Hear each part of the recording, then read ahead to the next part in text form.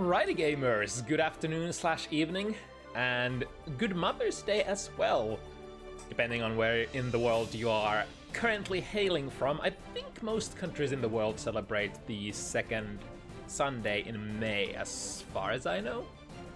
But whether Mama is watching tonight or not, you are now watching Bounty Hunters FT7. And we are a weekly show match event for players of all skill levels, region free for everyone to participate, of course. And the name of the game tonight is Guilty Gear Strive. I'm your usual host, Kyuke, and I'll be chilling and or screaming with you throughout the 7 matches we've got lined up for today. If y'all were watching Brussels Challenge Strive yesterday, it's kind of cool that we happened to get, let's see, most of the top 4 characters represented today on our card. I think only Leffen's characters won't be appearing tonight, since no Happy Chaos or ABBA this time around. But also, the so-called main event of the evening, if you will, is gonna be a Nordic version of Patachu and Skill clashing yesterday in the top 4, as Bliskke from Norway and Matiibo Sol from Finland clash at the very end of the event. Both top contending talents in their respective regions. I've been happy to see so much more Sin representation on Bounty Hunters as of recent, and I'm super happy that my boy Matiibo also is motivated to compete again. In fact, in both Exert and Strive. Like, funny enough, Matiibo got 2nd place recently in the biggest annual Finnish tourney for Exert at Install 2024, only superseded by the Emperor of European Exert, Pida himself. But enough of Exert for now.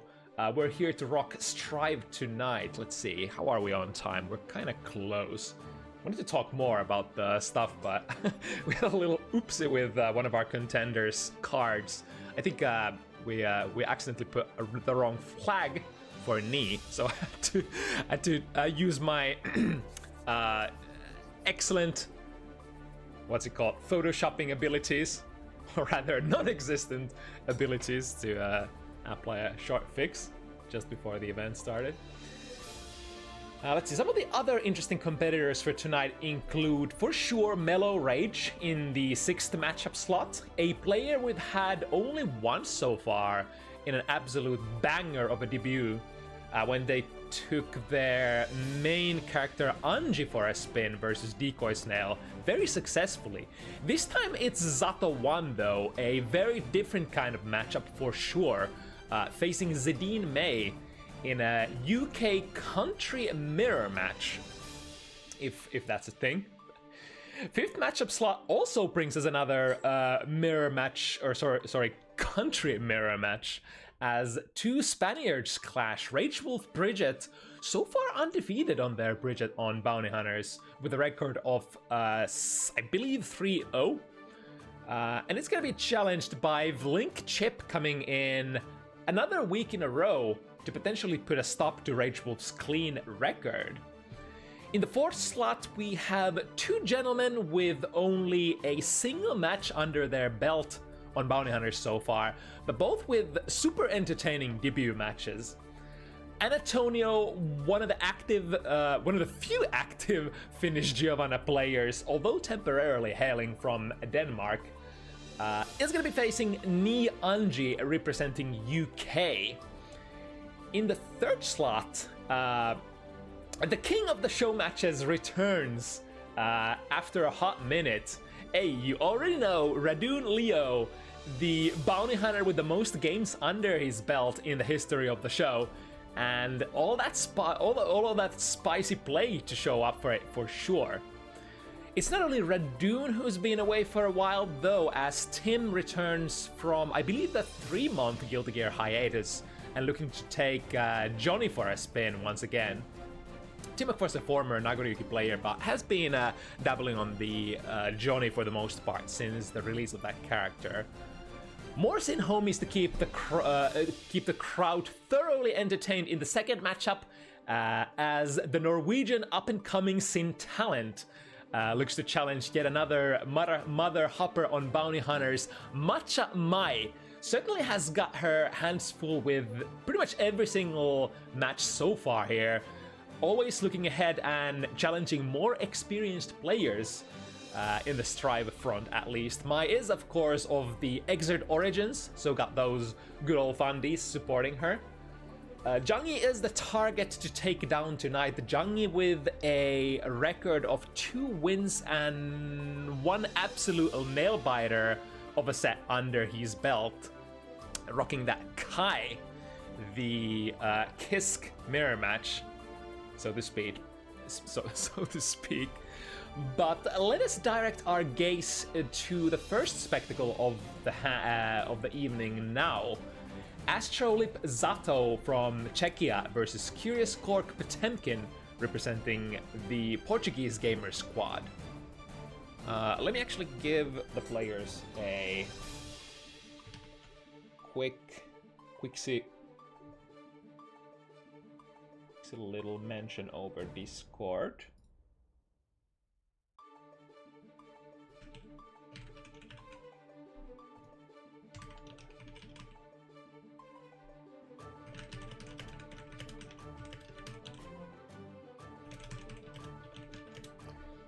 What's our ID? This one? Right. TOing duties completed for now. Let's talk a little bit about the upcoming set as we have our players moving into. Oh, and let's also show you guys this beautiful thing. Yeah, there we go. This is another pair of players with basically a clean record of 1 win and no losses on bounty hunters. New blood, wild blood in a matchup I think we've actually never seen before on bounty hunters. Yeah, I think that's correct, right? 2 very rare characters, Potemkin and Zato. As far as I remember, this has been a Zato favorite matchup pre-season 3, but I wonder how the odds have changed since the Zato nerfs and the addition of White Wild Assault to Potemkin's toolkit to, maneuver the neutral around a bit. One thing is for sure though, it does help versus Potemkin to work in tandem with your puppet as Zato to produce multiple hits on demand, or well, I guess on demand as long as you have your summon active, in order to break the various super armors that Potemkin has in his toolkit.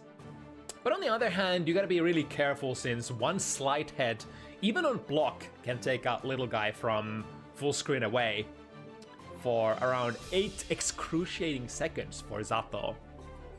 I also believe, I think CuriousCork was streaming as well, so if you'd like to see one player point of view, I think their Twitch is this one, right?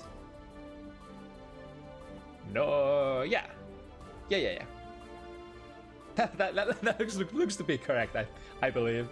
So that'll be Cork playing online on what is this streaming service? Twitch at the moment. If you want to give them a follow and a shout out, or an encouragement. That's the word I was looking for. But yeah. Ready to rock it as soon as the players are ready. First matchup of the evening, Zato versus Potemkin. A matchup that, not only on Bounty Hunters have I not seen this matchup, I just don't tend to see this matchup much overall, even on brackets.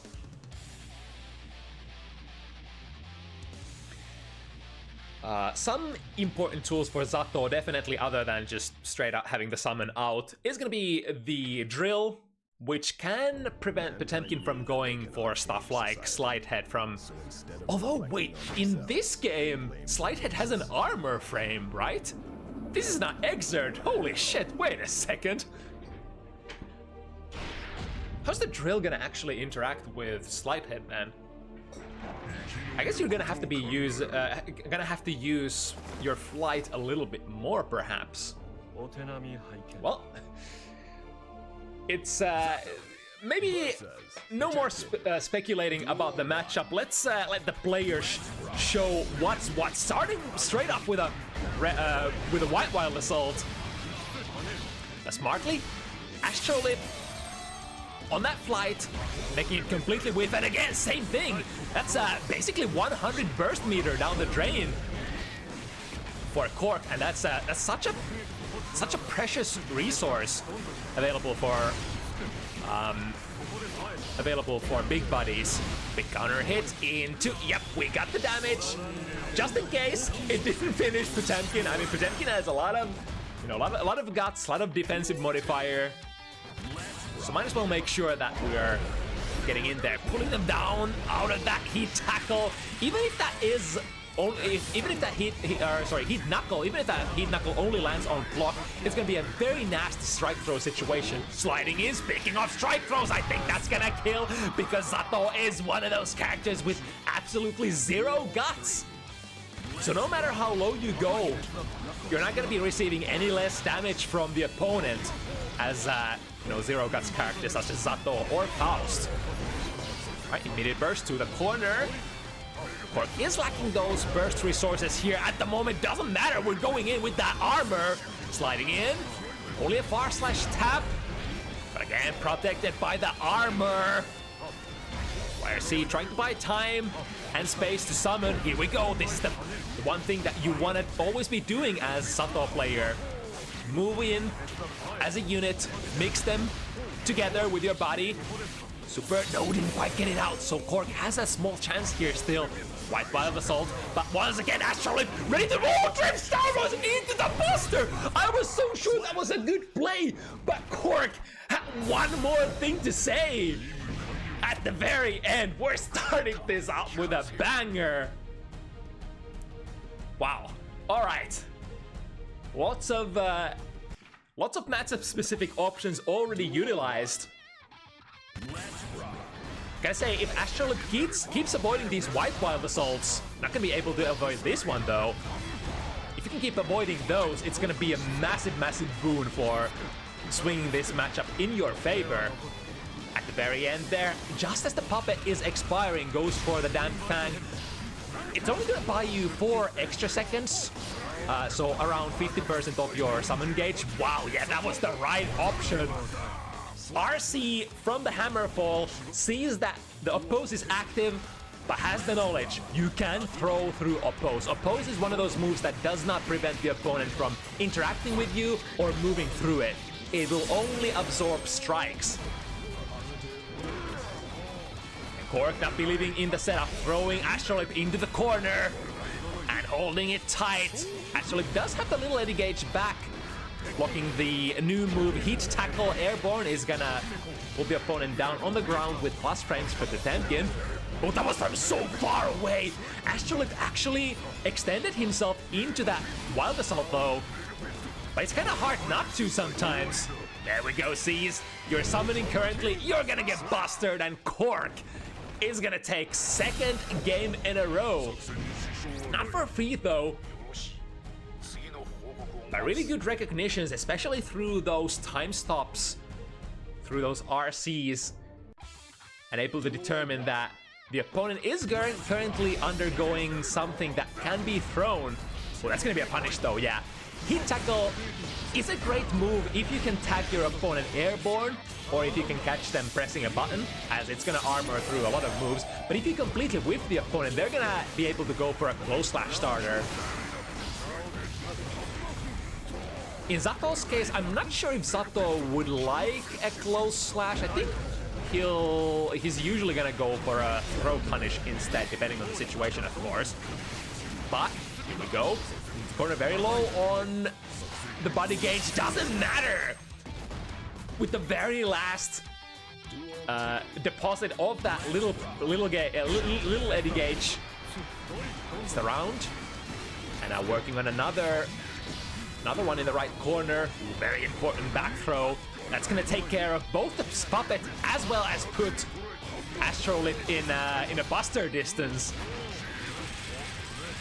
Which is, of course, the checkmate situation that you always want to work with as Potemkin. Oh, there we go again. Yep, taking a punish, throw them into the corner, and time to mix. Cork did get a pretty okay looking deflect shield there. But I think the problem is the deflect shield is only gonna push away the main body.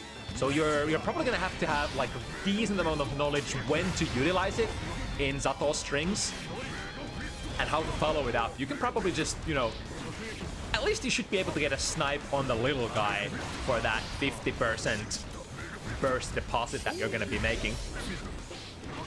Ooh, nice jump out of the wild assault once again. Ever so... Ooh, what? The red RC actually not reaching in that situation. The 5B into RC, that is such a common conversion for, you know, Zato players when your body is not available. Failing the Shadow Man this time. Into the corner you go. Plus frames from the gun, and that should be a kill.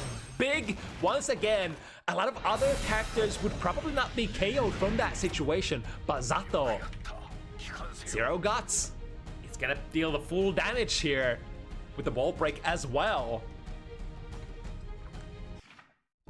And Cork has been able to build decent amount of momentum very early to this set for himself. Tries to reach for the skies, and then the way is forward. Once again, plus frames even on block. Plus, oh, nice read from Astrolip. Cork was able to save himself and skip a hop forward. There we go, getting the first clean punish. Astrolip will still have to waste a little bit more time before Eddie comes active. And here we go, that's it. It's a clean, oh, no, wait a second. They actually did summon there. So the little guy got caught by the forward Mega Fist. In that sense, that Mega Fist was actually pretty brilliant. Even if you do get punished, what's Sato gonna do? He's not gonna, you know, threaten a kill or anything with the amount of life you have left. And can't really work with any serious mix-ups either, as long as the Shadow is not available. We'll make the Shadow available here though, with the use of Sun Void, the right move to break the wall with. If you're running low on your resources, nice! That was an IP as well on the throw!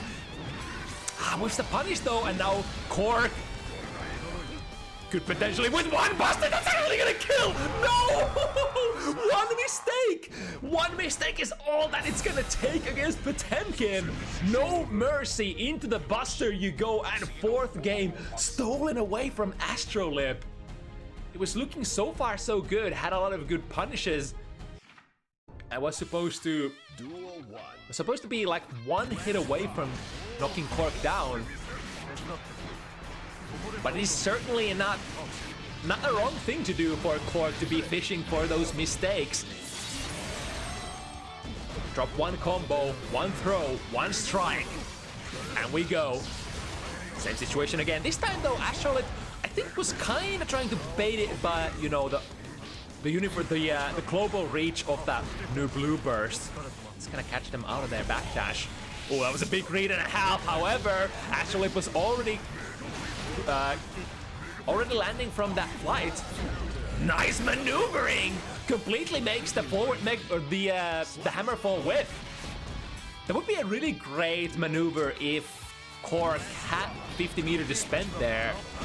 The RC would be imminent for most cases.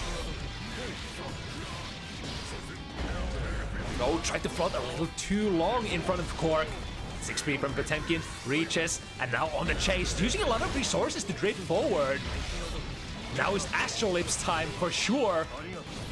Nice, good unsummon there as well, completely refilling the gauge. Even if you don't get the hard knockdown, we'll still be able to go into the next screen with full summon available. Here we go, get the sandwich, 5D tap, that should be it. We have so much meter. Yes, go for the Amogus. And Astrolip is finally, after a couple of very excruciatingly painful drops, on board, not free, not by any any measure. We are, however, probably gonna get a little bit of a disconnection here. So hang tight, we will be back after these ads.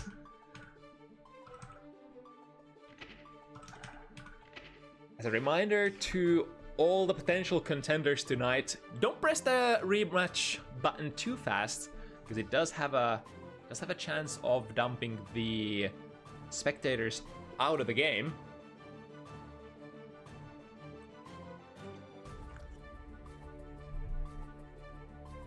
I think the players might notice though, judging by what Cork said in the chat.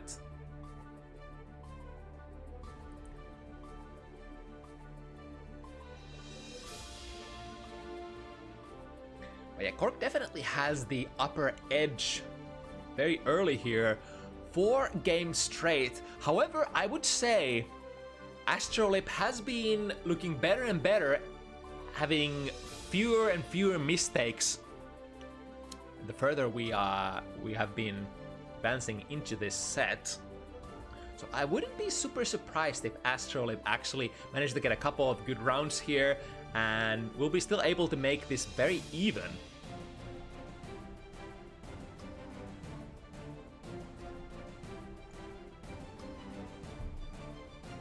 Yeah, it's the eternal question. Do you do a rematch room, or do you let the players come back to lobby between every single match? Since we have so many games and I have very limited energy, we've decided to do it like this, so that we get this whole ordeal done in roughly 3 hours. Because it is a considerable time loss otherwise. And now, the question, did the players actually play that one, or was that a quick skip out of the lobby? I'm just wondering if I'm supposed to put a point for Cork here. I assume so, though.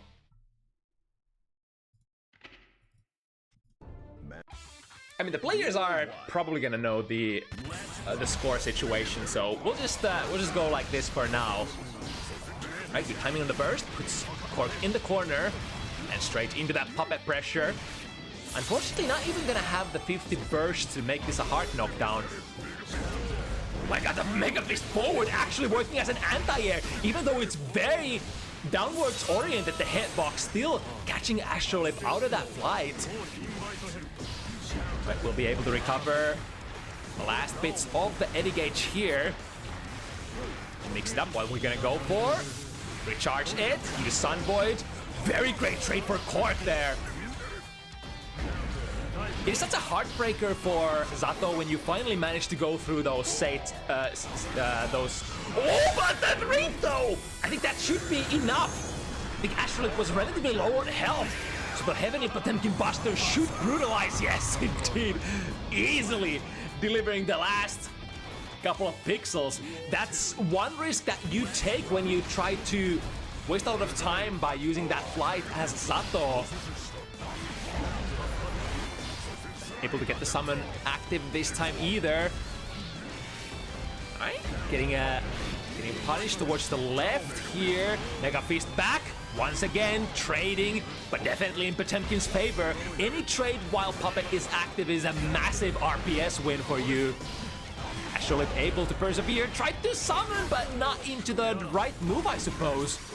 I think he would have to summon into a pose, right? To be able to absorb that one hit coming from the Hammerfall, right? So it's always an interesting RPS for Zato. Are you going to assume that they're super aggressive and coming at you and summoning into a pose? But then on the other hand, if they are not coming at you, you're gonna waste a couple of, you're gonna waste a lot of your summon gauge just to summon into a move that doesn't necessarily do anything. Best case scenario, would like to summon into one of your aggressive ones instead, such as the Pierce. Right, able to knock Cork down here, wasting time with that blue wireless out, and then we go into the summon. Catching Cork this time, frame trap working out. Sun Void is nowhere to be found, unfortunately. Let's see the option here, Sun Void is gonna be launched downwards. Is that a hit? No, that was actually, I think that was blocked. And no way, the wire C whiffs as well, as Cork is too high up in the air.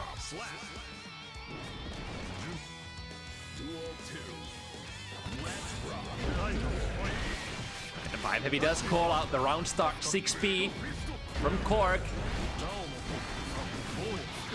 And now finds an overhead into a quick wall slump. Did get us unsummoned there as well.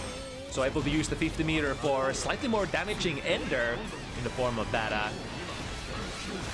What is that super called again? Definitely not Amogus. Amorphous, that's it. It's the slide hit that we were talking about before the game. He's a little late to the punish here, Astrolip. We'll be able to waste enough time. Nice anti-air with the Froggy. And into the combo we go.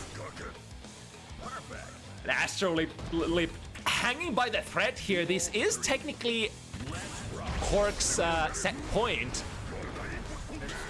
Dashing out of the Garuda impact, however, gets clipped by the Mega Fist forward again. Nice, able to produce 2 hits, breaking Cork out of their forward moving armor. But Cork is coming with a vengeance, and another one sees the target in the sky. And with a big heavenly Potemkin Buster, look at the damage here, bam! Looking for one more hit to perhaps end this round, unless we count it wrong. FD preventing the chip damage, but then the low. And now the question, was that 7? Or was that 6? Potential ender to the set, but which one is it?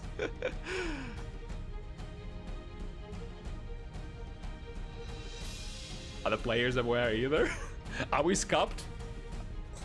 Bounty hunters? Yeah, I think that must have been 7, right? If the players are like, that's a wrap. All right, but definitely one of those cases where it's 7-1, but man, some of those games were so close. Couple of unfortunate drops, couple of couple of wrong RPS options, summoning into perhaps too aggressive options, and getting tagged by those forward Mega Fists especially. But now, jumping into the next matchup, I see players already mounting up the positions on the cabinets. This is gonna be Matcha Mai on that Sin against Jungie Kai. Mai looking out to be perhaps once again the underdog here, going into this set challenging a slightly more seasoned player as far as Guilty Gear Strive goes. But she has been extremely quick to learn and adapt the ways of the new game.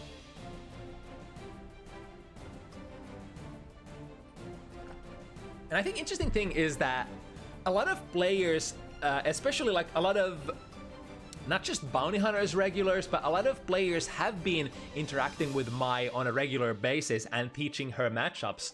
Mai has been really active at reaching out to those, top level players and asking them for coaching, which is probably what you, the viewer, should be doing as well. If you strive to be, if you aspire to be the top player that you're destined to be, then go out there, put yourself out there. Don't be scared of losing. Ask more experienced player for advice and coaching. A lot of the times they are gonna offer that happily.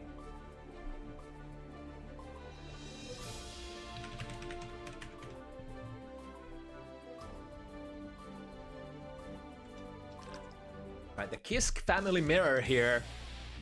Two very similar kind of characters. Both of these characters, good neutral pokes, good conversions out of them. Especially in Season 3, as Sky makes really good use of that red wild assault. It's not to say that Sin doesn't, but Sin, before Season 3, has always had the unique resource to back him up when, making those far range random pokes out of S buttons. Sin has always got those. It's been same deal in Exert, same deal in Stride. If you get a hit from far away, as long as you have stamina, you can make it work. And especially when you have 50 meter ready to go, man, you can definitely make it work as this character. Straight into the counter hit. Jungie going for that burst right off the bat. Trying to block for an heavy fireball during that pressure. Mai did jump away out of there. Ooh, now going for the stun dipper. Both Kiss boys having access to their low profile move. The differentiating factor is that Kai has his sliding move, one of the fastest in the game. Doesn't start up in 5 frames anymore, but it is still super fast for an advancing low profile move. Sin is a little slower to start up, but tends to be really good for pressure, tends to be really good for big conversions. Speaking of conversions, going into the DP and getting a frame trap, making a frame trap out of it between those hits.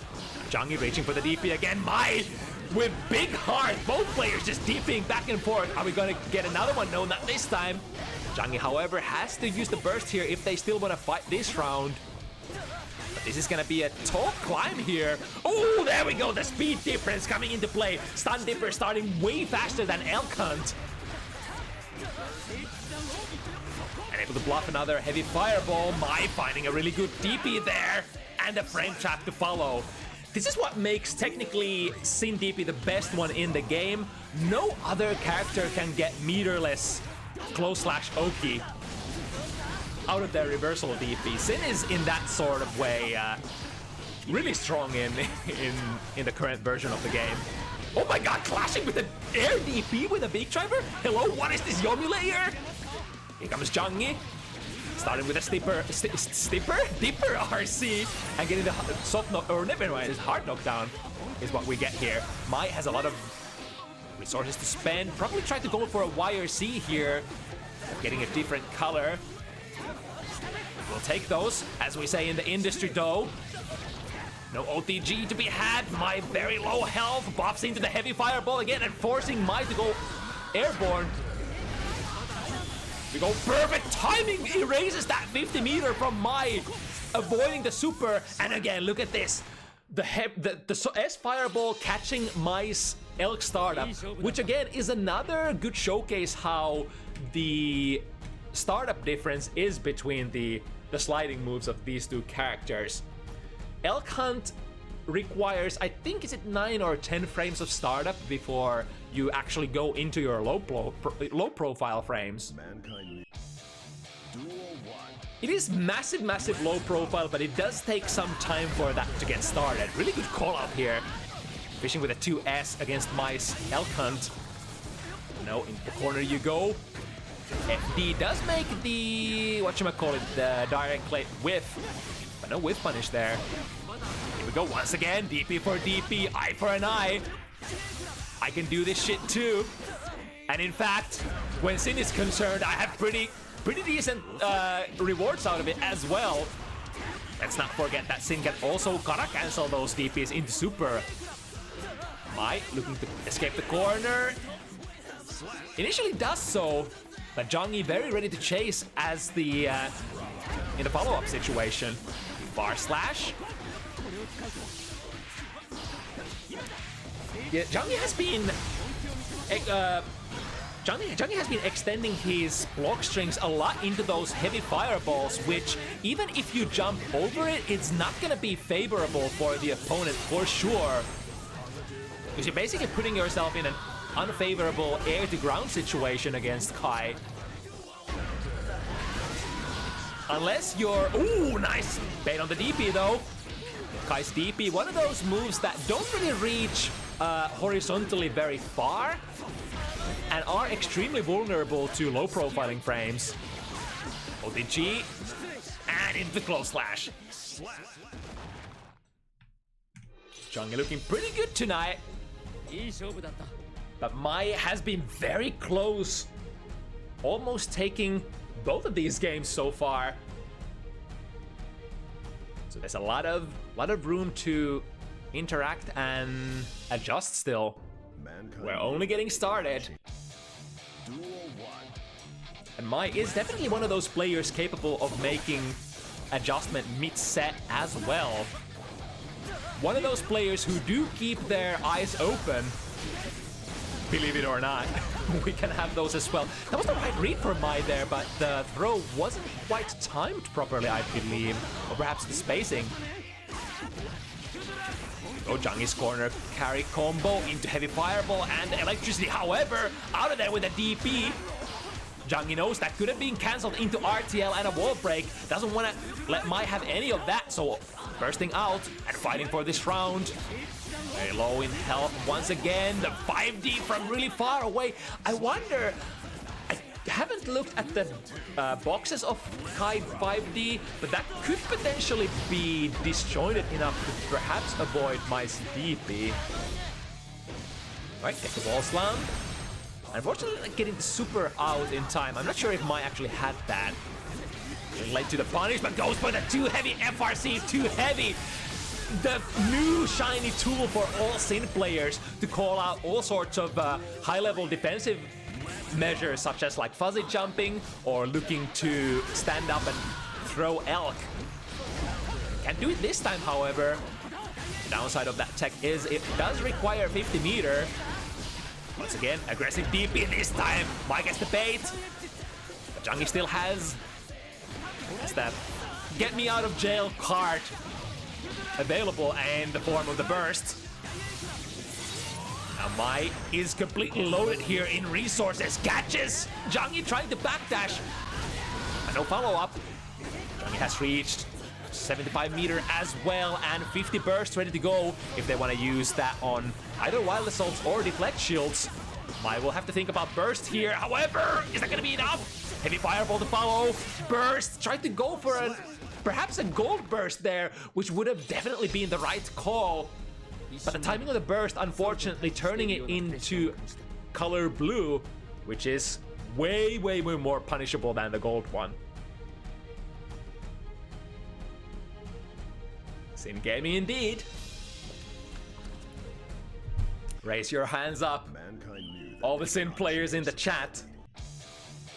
We're gonna need some adjustments here in the upcoming rounds if we still wanna chase Jungie's 3-0 here.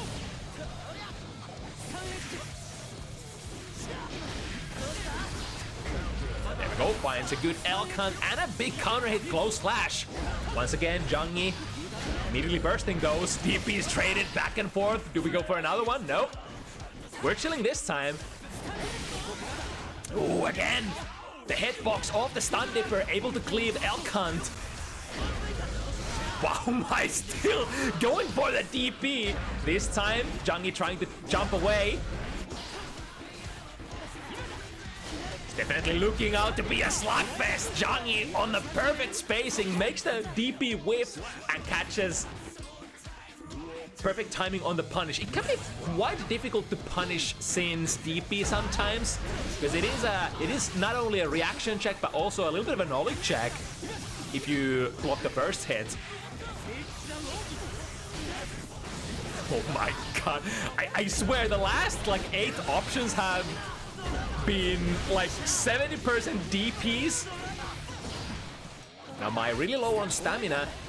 So we'll probably have to wait until any sort of big things to come.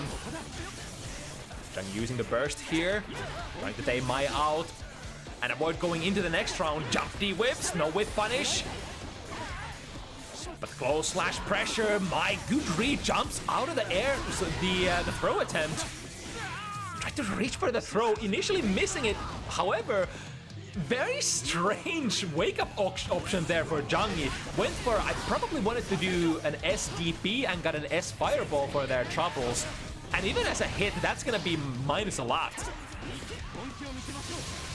It's a nice heavy fireball bluff once again, gets the electricity, and the RTL is gonna break the wall. It's not only Sin who has access to this toy.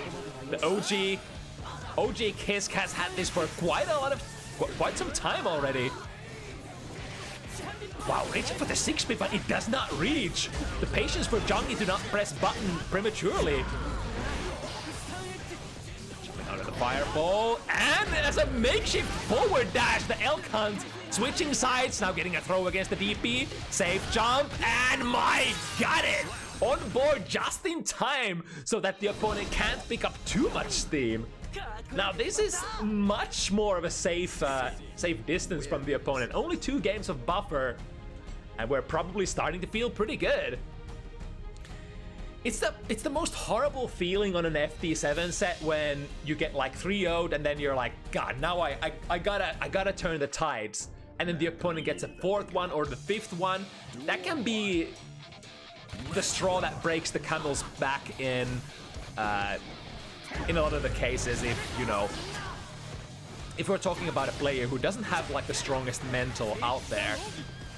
Once again, ooh, this time it's a nice delayed jump D and into a full combo. The cool thing about that jump D is that it is actually one of the strongest starters from Sin, if you're able to hit confirm it.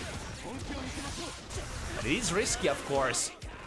YRC hitting as an airborne or as an anti-air, so pushing Jungie quite far away. We go with the DP this time. Oh, the burst, however, takes Mai out of the corner. So definitely not what Doctor ordered for Jungie. RTL is gonna break the wall.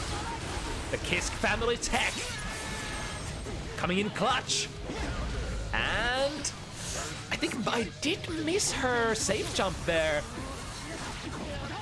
As Sky does have or rather doesn't have a 9-frame DP, that safe jump should work, theoretically.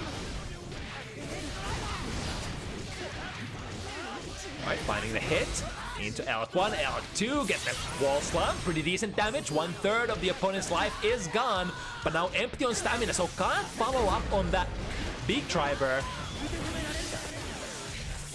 They should give it enough to take the round, yes indeed. This time Jungie saving the burst to the last round. Pretty good call here. Jungie has been going for very dangerous looking bursts here and there. They have been working out so far. But you can only push your luck so often, right? Electricity applied with the dash momentum, actually skips a hop past Mai. Can definitely happen to the best of us. Especially if the opponent doesn't stand up and block it.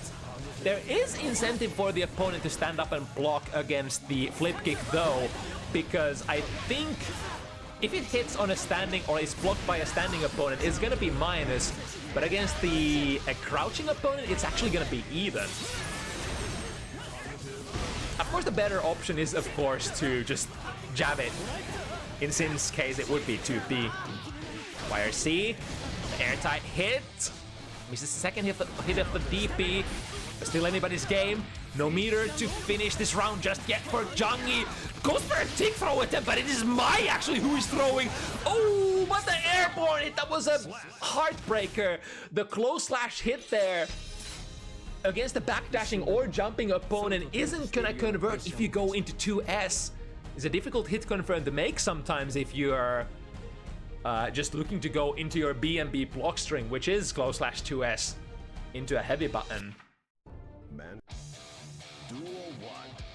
One of the biggest reasons why you should actually do a lot of close slash stagger pressure in this game, no matter what character you are. A little bit of a miss on that red wild assault combo. Mai breaks the... Oh, that's a big starter though! The airborne hit on a flip kick. Delivering Mai to the right corner. The close slash anti-air, the biggest of rewards. We're going into RTL. We're going into the next screen. Mai completely equalizes the situation here. However, Jungie does have that meter available. Just goes for a DP. No RC required. But Mai returns the favor in kind on the wake up. Man, this matchup has been so wild on each player's wake up so far. Ooh, the flip kick. Luckily for Mai, that was not a clean distance and wasn't able to pick up a big combo there for Jungie. Still, being pressured in the corner, just barely escaped that flip kick. Has quite a lot of properties for anti-airing the opponent accidentally. But that time, Mai able to work her way out of there. Goes under the far slash. Just what the doctor ordered into the super. Not quite the clean hit, but gets most damage out of that. YRC in response to the Wild Assault pressure. And now that's actually gonna kill. Very nice. In terms of, like, when you're choosing between the Sacred Edge or the RTL, I think the RTL is going to be more damage. However, if you think that the Sacred Edge is not going to kill the opponent, it's more beneficial to go into the next screen with an electricity state applied to your opponent, of course. Go with the 5B. Oh, this time Jungie actually respecting, not going for any sort of counterplay. Whoa, whips there, close slash Mai lands and goes straight into a DP.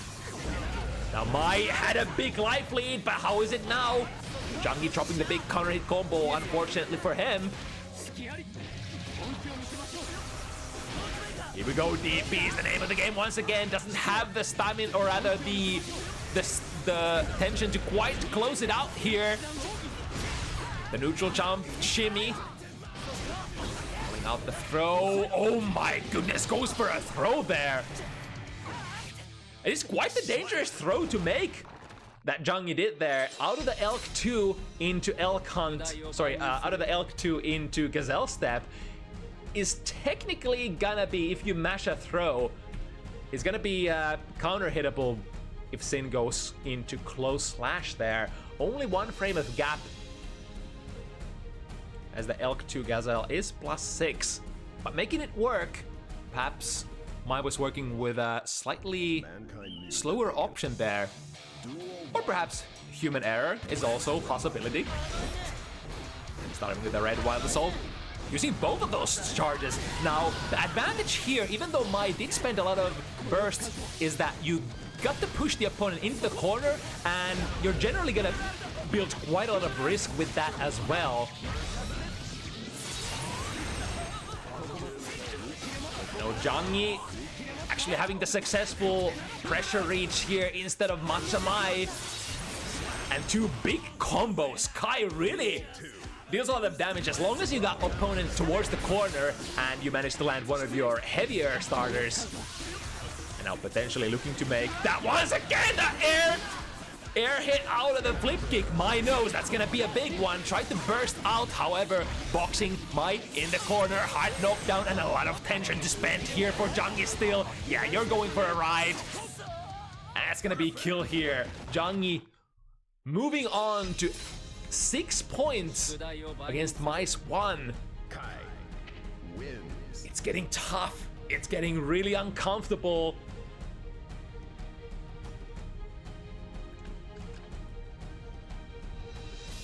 If you are Matcha Mai, at least here, looking to take a little bit of a breather and adjusting. Probably a reset is what you're gonna need here after the heated RPS war that we've been having here in this matchup. Technically the right option, the instant air dash there over the fireball. However, Mai was a little too far to make it connect. Yeah, close slash, you already know. Bursting out of it, that would have been a big combo and a wall break. Coming down with the jump D, however, it can be a really awkward situation sometimes when you're kind of like crossing up back and forth, and jump D doesn't really go straight down, it goes diagonally forward. Alright, into the heavy fireball. Okay, once again, just 2P into a dig throw. And the overhead. No resources to convert big yet. Takes a back step, baits the DP, and puts himself in a set point position here. Jungie has been working it real nice. Let's see if we can get the finisher here, or if Mai still has some life left in her. Close slash, that's a good starter. Taking it to the corner. Do we have the meter? Tried to go for the Tyrant Barrel, but getting a miss input 6P for her troubles, unfortunately. Oh, are we gonna get the punish? Yes, slowing down frames as she was passing by. And that should be, yes, a clean kill. Like, rounds like this make me think that Mai has all the keys available to make this comeback. She just needs to have the consistency. DP, ooh, nice read here for Jungie. Second DP was coming. Getting thrown out of that. Far slash out of all buttons, catching the food arc. Has has the RC to make it. Wow, goes for an EP again. Do we have the escape out of the corner? Jungie, extremely patient. Not opting to go for that jump air dash as many of us would. With the 5B, B+, get that throw, and now Mai. Ooh, what was that? No punish there on the whiff Tyrant Barrel though, so Mai is gonna take another game. Making best out of worse, or making best out of bad situations. I mean, the Tyrant Barrel on whiff is not the easiest super to punish either. For one, it is completely safe on block on the second hit. And for two, it kind of whiffs fast, and it was a little ambiguous, the situation there. If you've never seen like that kind of situation before as the non-Sin player, it can be a tough decision to decide if you want to swing into it or not. Right, both players have expended their bursts here very early to this game number 9. Again with the backdash, making the DP completely whiff. The ever so important counter strategy that you have to have against Sin Kisk's DP. If you can't call that out, there's no reason for them to make it stop. They're just gonna be DPing all day, every day, and getting their pressure going. And once again, into the set point scenario we go. Jungie with an overwhelming lead. And Mai, they're back pushed against the corner. Figuratively and now literally as well, goes for the deflect shield, the first deflect shield of the set, but that time Jungie was going for perhaps a neutral jump shimmy there. Ends up calling up the deflect shield as well. Do we have the resources? We have the positive bonus, that's gonna be extra damage, and with the wall break doesn't even need it. Jungie takes it 7-2 against Matcha Mai. Another tough opponent. Another opportunity. But this time, won't be able to come out of this this set victorious, unfortunately. But Mai, living to fight another day, a player who never gives up. Set your sight to be the one of the top players and work towards that goal. It's what the wise men always say. Alright, but after that wild slaughter, we've got another one of those on the horizon. This is, ladies and gentlemen, Radune. And you're gonna see what kind of man Radune is exactly as soon as the round countdown finishes and we play our first round start options. The man who has the most games under his belt during the history of all the iterations of bounty hunters, both the Exert as well as the Strive one. The challenger for the showman tonight is gonna be Timm, coming back from a little bit of a hiatus. I believe 3 months of no Guilty Gear Strive. Coming back, revving that Johnny gaming.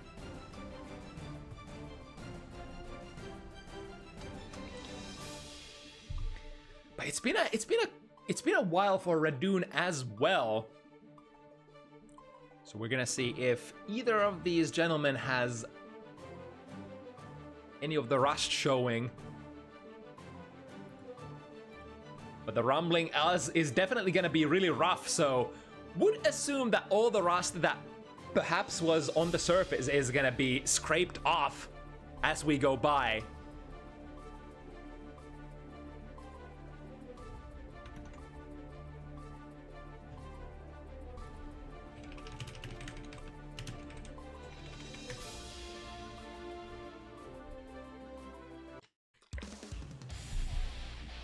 Right, Timm representing Germany, and Radune, one of our few active Swedish players.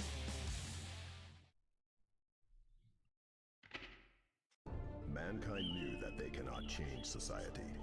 So the game plan is definitely... It's probably easy to guess how this matchup is gonna revolve. So Radune on Leo wants to get close and personal, wants to maul, wants to strike.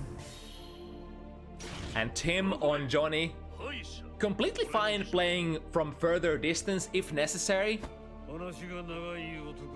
But once you get a hard knockdown, once you get to deal that card into a Mistfiner, you can start your guard crush pressure and become a little bit of a Oki character.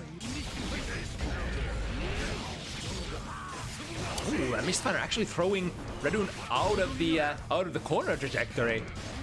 And go with an instant air dash and into deal. 6k, a very fast forward-moving normal that prevents the opponent taking the air. What was that frame? Was that 2D? During that forward drift, blue RC, it was a very strange frame that I don't think I've ever seen from Leo before. If I had to guess, that was 2D, but who knows? Now Radune showing an SDP, immediately met by Timm's reversal super. Deal into it. No really realistic way of avoiding this guard crush, I think, especially below 50 meter. I think Leo is one of those characters who is blessed with an extremely forward moving, very invulnerable super. So depending on how you set up your turn up guard crushes on Oki, there might be some opportunities for Leo players to play their reversal super and catch you out of your Mistfiner, even through the turn up hitbox.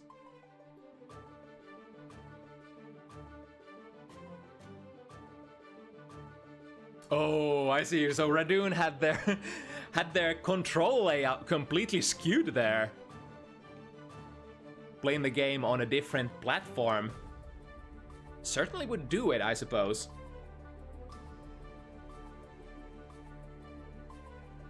So I suppose all the training weights are down now. We have our right buttons enabled. Come to think of it, I think Radune actually didn't play the round start heavy DP on that first game, which could be an indicator that, you know, Radune's heavy button just wasn't there. That's actually funny. Oh, we're fine with the reset? All right, that's sportsmanship coming from Timm, I believe. So the players have spoken, and we are gonna actually roll that back then, I presume. Starting from 0 points for both, and now Radune on the right button layout.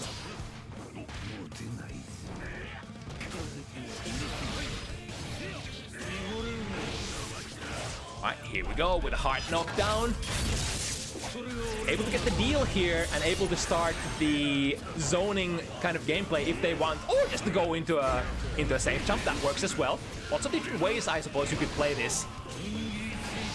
Radune had already unleashed that, I think, back turn K, so won't be able to cancel into the back turn parry after that super flash. And here we go with that guard crush. Ever so hard to get out of those stick throw situations. There we go, that's the heavy DP that we've been looking for. Take the run through the opponent. Here we go, calling on that deflect shield with the first command grab of the set. If I recall correctly, Radune usually loves to represent those command grabs at the start of the set, and then perhaps putting them away, stashing them away, and letting the opponent keep wondering, oh, that was actually a cool combo. A little bit of a DP into a copter kind of a conversion. 2D is gonna be punishable. In fact, was close enough to get a close slash punish there. Definitely worth the worth bursting. Getting a deal, spacing it perfectly. Do we get no that momentum moving out? Oh, okay, we still got the side swap some in a way. Timm working with a lot of those. Now Jump D actually air to airs Timm out of that air to air situation. Into. Wait, where was he able to hop to the other side? I almost didn't see the forward dash. But that is definitely a a feature that back-turned Leo can do. Forward dash can skip a hop past their corpse when they are knocked down. Doesn't even matter if they are knocked down. You can do that on a standing opponent as well, which is the source of some of the most wild, the most brutal, nasty mix-ups of the Guilty Gear franchise. If you're not ready and paying attention, or perhaps playing a fuzzy apare option of some sort. Ooh, still got the wall break. Very nice recognition. And that was a very damaging combo as well. Since the 6P won't be able to press a button that would call that out. Assuming the parry stands, finding a counter hit. Timm. Unleash the Joker trick. That's not getting the super. And Radune catching them with the shenanigans overhead, and that's gonna be a wrap. Damn. And that's why it's so difficult to RPS against Radune sometimes. The question on everybody's lips, why would you do that? Why did he do that time? But Radune doesn't give a damn. He just does. All right, this time landing to a position where Timm is able to get the reversal throw. All right, the Joker trick, that's gonna be very minor. Gets actually a punish, landing into the throw range of Radune's. Overhead, scores a hit once again. Is it not quite gonna be a kill here, but guess for your life kind of a beat. Yo, that was actually sick. Strike, and then baiting the deflect shield on the next hit. Radune Leo. Completely different kind of performance after that first game, where, I mean, you would imagine so if you do have wrong buttons. Here we go once again with the heavy DP starter.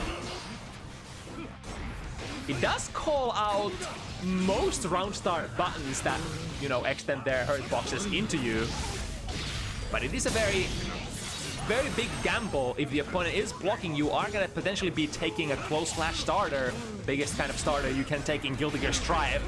Radune finds an SDP here. Is that gonna cross? No! It's actually gonna put Radune into the animation still.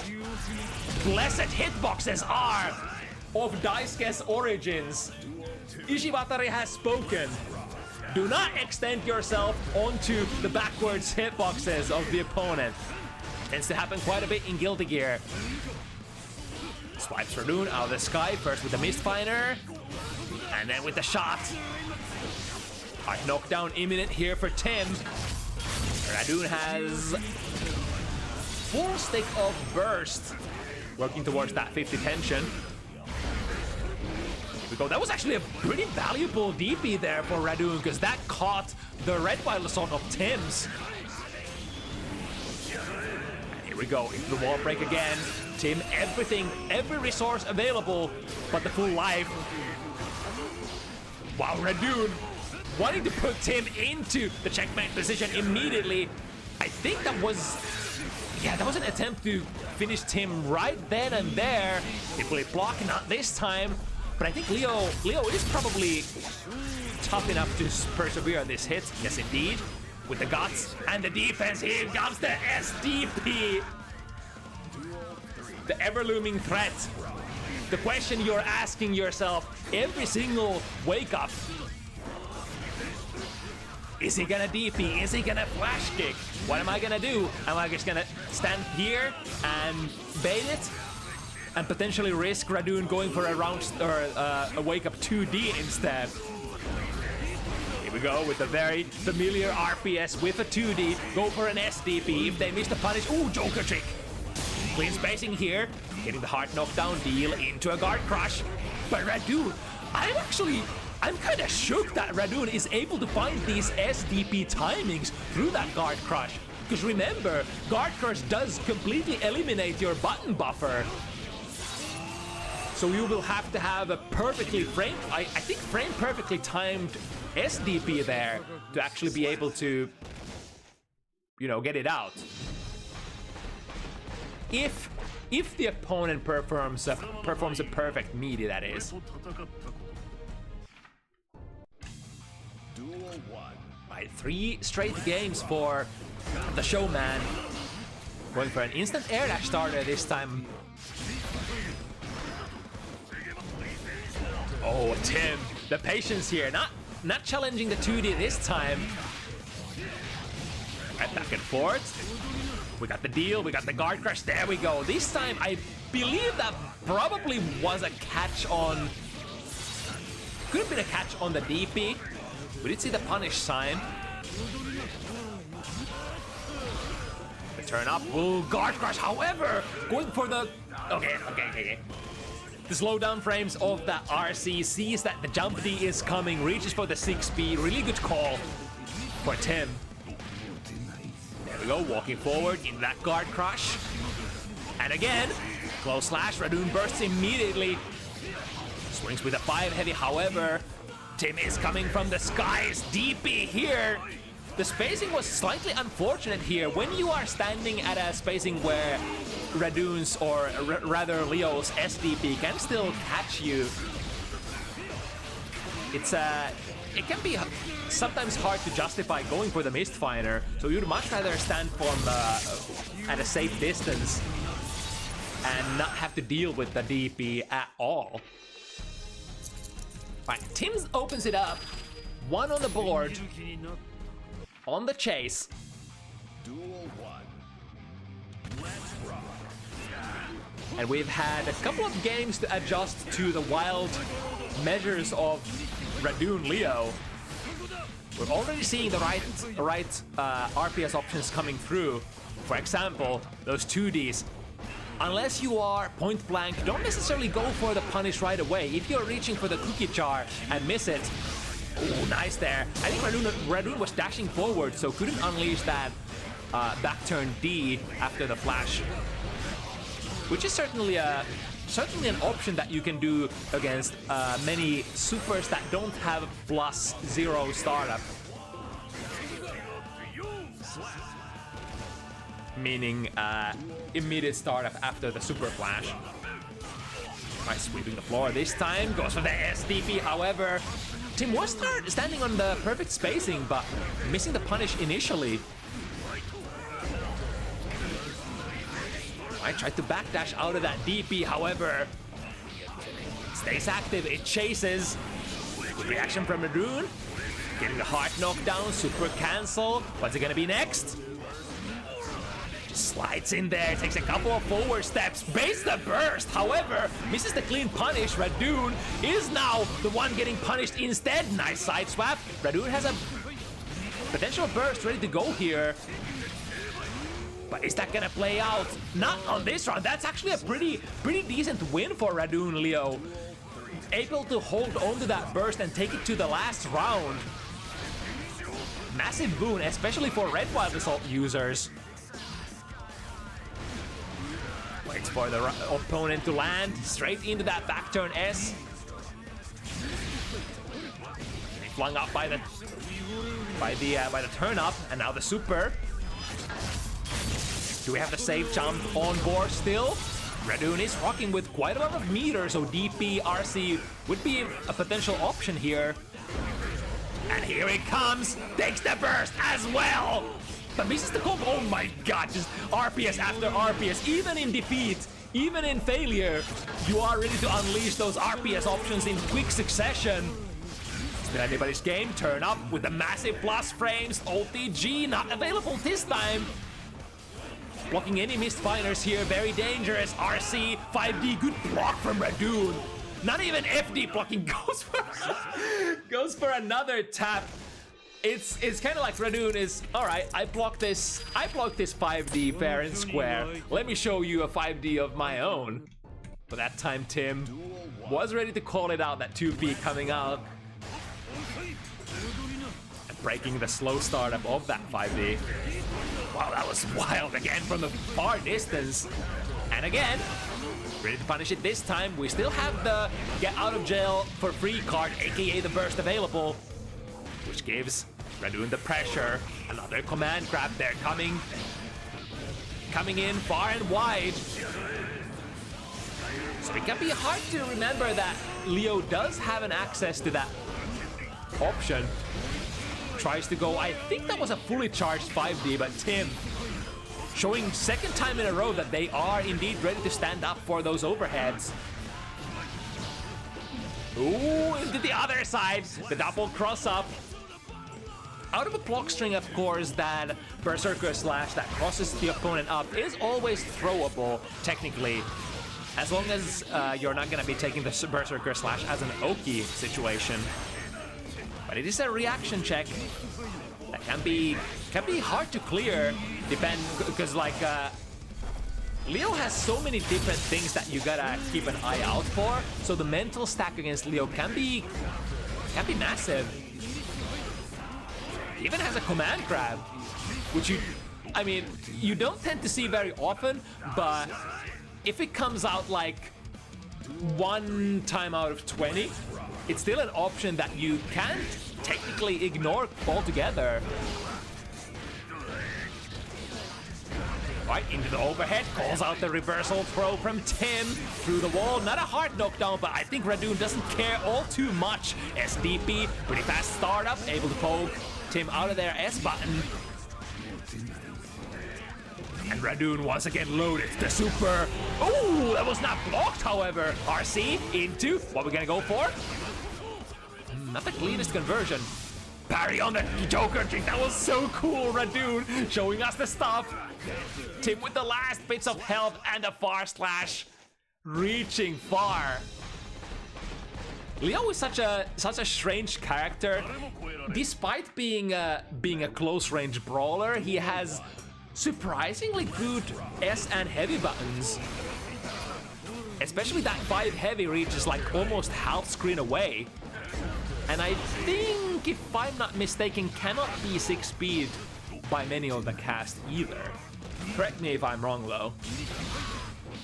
Tried to go for a very delayed 2D there. However, Timm's turn up is gonna call that out. DK Mistfinder showing those unreactable mix-up options here. Ooh, trading into the Mistfinder. I think it was a trade in Timm's favor though, especially due to the life lead. Very nice. Chooses to not deal into the parry stance, in fact skipping straight into the throw, which was probably the perfect option. Backdash, there we go. 1 out of 3 for clearing the throws, or the command grabs for Timm. What, into the deal? I think that potentially could have been punished. The deal, oh, here we go, fully charged 5D. It's gonna deal quite a lot of damage, and a semi-knockdown situation, which Timm is gonna be going. Oh my god, really? Testing the reaction times of Radune. But hey, no shame in that, to be honest. Timm was able to clear both the 2 out of 2 from Radune's 5Ds as well. So now representing the same reaction check. Can you react to it, my friend? Because if you can't, the rewards out of that fully charged 5D are massive. Speaking of massive rewards though, Radune missing the combo.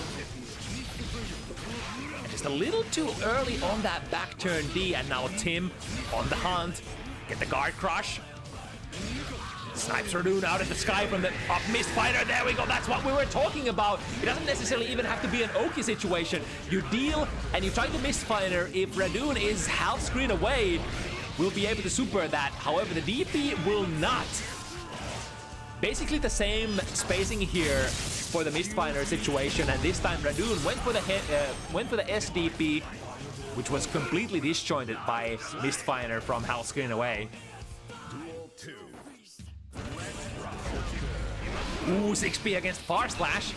Excellent option for Johnny Pax. One of the furthest reaching Far Slashes in the game for its start. I think it's the fastest time that Far Slashes can be, 9 frames. But at the same time, the reach is absolutely massive. Need the Joker trick. Hard knockdown here. Radune is loaded, 100 meter. What are we gonna spend it on? Ooh, not that time.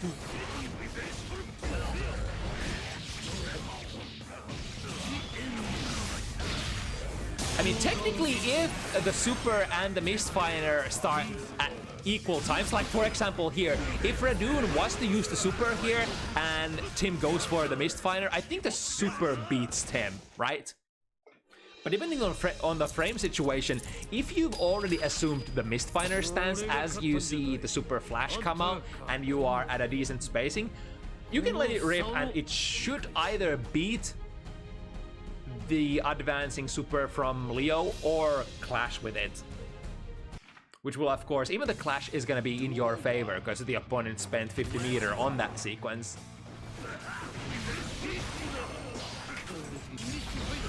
Alright, falls down into the turn up. And as we know, that turn up, massive amount of plus frames. Ooh, that's gonna be a punish though. Good on Radune, recognizing that Mistfire on close range situation. Without the turn up, that's gonna be like minus... What is it? Minus... It's gonna be minus... Around minus 10 or something, if I recall correctly. Minus 12? That sounds familiar. It's like far slash punish from... Oh, are you kidding me? It looked like Radune had already crossed up there, but still. The J catches him. Might be able to... Oh, I think that was a right looking read here, but I think Radune went too early into that, or perhaps too far. The range out of that command grab is quite limited after all. Into... Nice little combo. Here we go, high or low. High is the answer this time. Timm was trying to backdash out of it, but as we know, the active frames for backdashes are not that numerous in Guilty Gear Strive. Able to able to avoid the turn-up situation initially, but then... Wow, back and forth. What was that misinput? Tried to go for a... Oh, the ring! That was not even post-flash Radune! Just slowly, Battistini walk next to the opponent and goes for the back turn D pre-flash. Get this, pre-flash. It's of course one thing to just go for the back turn D after you see the flash, if there's a gap. However, Radune just committed into it, which makes it ever so more mad. But he had the read. And that's gotta be at least a little bit of mental damage. But Timm, ready to keep on playing. Jump D. Very minus there. Radune, however, cancels on the landing into the DP. Ooh, he's whipping a throw. Radune, the jump D.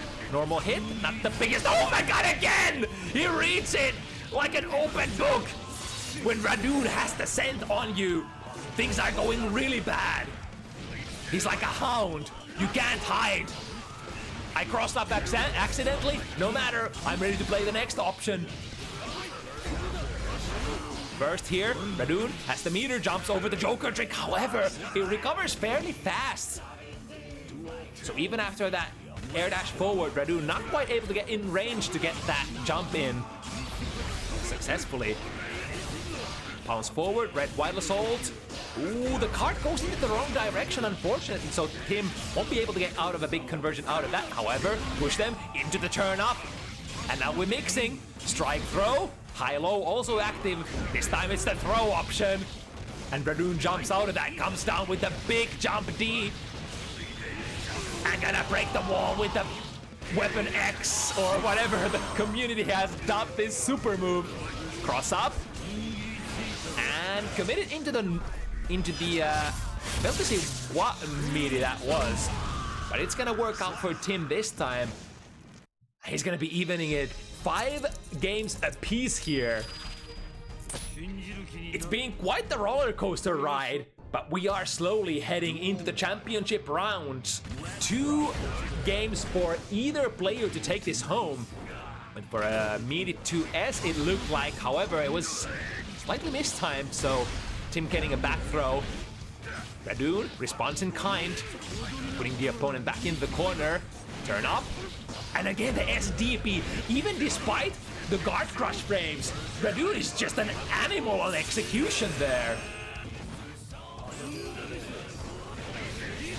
On the landing, just of course SDP coming out. If you dare press a button into it, It's gonna catch you. Good spacing from Radune, able to backwalk out of that turn up. 2D punish, very nice. And that's gonna be just about enough.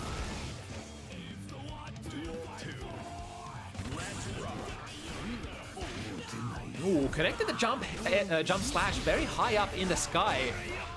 So gonna be a throw punish coming down. Radune house, step dash forward, DP.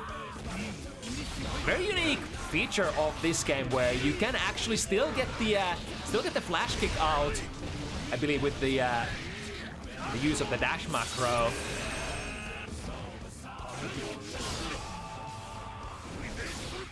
A swing and miss, and Timm actually getting a pretty decent looking punish. Turn up. Tried to go for the Ensenga. Oh my god, where's Radune trying to combo? Going into the wrong direction, and of course, again, the J is gonna catch from behind. This has been one of the go-to options for Timm against those Berserker slashes. Alright, Radune whips the Ooh, that was kind of good looking reaction. However, Timm was standing a little too far for Radune's Weapon X. I think Radune supered in reaction to the deal there. Right, here we go. Spends. Ooh, even despite spending the PRC after the deal, getting thrown for their troubles. And now, equalizing the situation is Radune. Leo, what are we gonna go for? Calls out the deflect shield. That deflect shield, if Radune played the Berserker slash there, would have pushed him away from active range. 100 meter for the showman. Be very careful. Lots of options available. All of them equally wild this time. Ooh, interesting. Seeing Radune go for a 2D RC there. Kind of like a DP RC. Ooh, okay, that's decent trade. Jumps out of the Joker trick. Counter hit. Timm has to unleash the burst immediately, lest they're gonna be comboed out of the game. Turn up. Not sending Radune high enough with the spacing, the zoning that is available for this version of Johnny's Fondy. Able to keep Radune far enough away to land a couple of successful hits to take that round.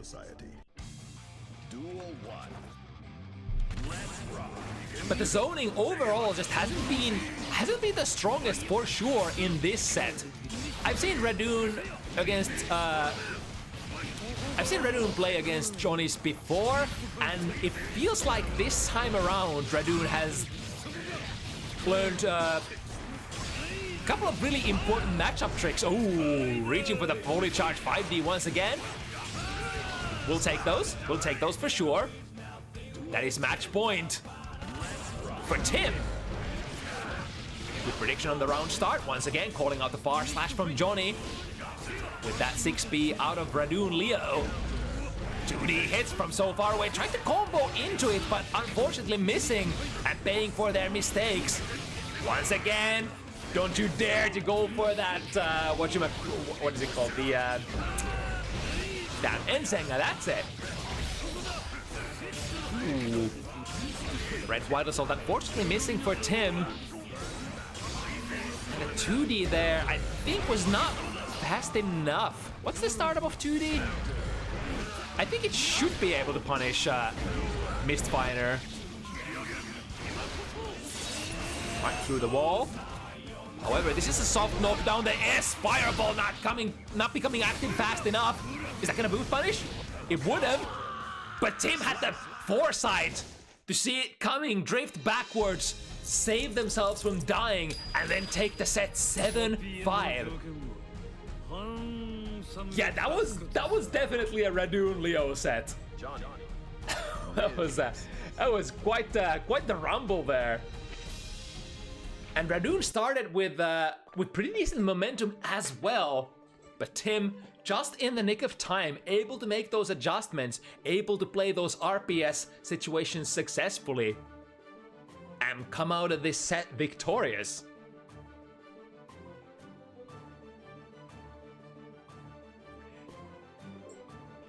Yeah, I concur. It's pretty much what everybody keeps saying after coming out of a Radune Leo set. is that Radune is definitely a different kind of beast. All your traditional fighting game instincts, they don't mean jack unless you're attuned to Radune Leo RPS.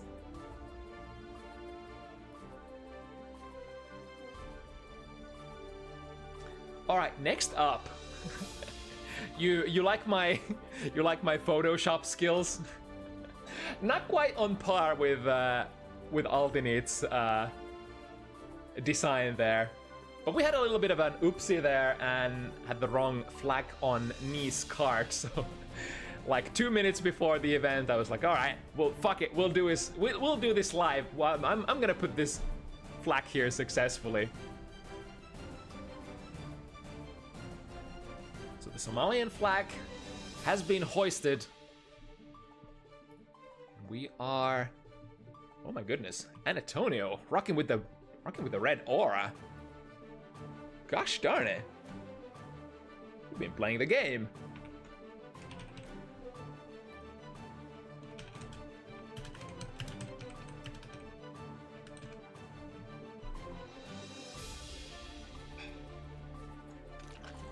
So one of the few Giovanna players for Team Finland facing Ungie this time around. Ungie is always a very interesting character. Now that Slayer is actually coming out very soon, I always thought that Slayer wouldn't be added to Strive just because we had a very Slayer-like character already, which is Ungie. I think Slayer was always kind of, in my opinion, a character that just sort of gambles, sort of RPSs you from full screen in a way that you can't really choose to not participate in that RPS. And Ungie works very in the same kind of manner. If you choose to not participate, if you choose to not time your strikes against the gorilla spins, you're ultimately probably going to lose a lot of RPS. Ungie's gonna close in on you, perhaps instead of the spin, just go for a Hujin instead and start his RPS on you. Yeah, you can't just sit there and wait for Ungie to, you know, do their stuff. Very much the same way that I think Slayer used to do it in the olden times. In that way, I do wonder what kind of kit they are currently cooking for Mr. Vampire himself.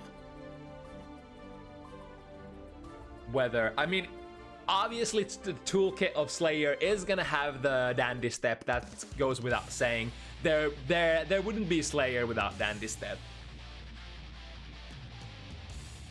But in terms of what kind of, I mean, technically we've seen some of that stuff already, right? But we haven't had the starter guide yet. Alright, but enough about Slayer. This is Ungie versus Giovanna. Annatonio versus Ni.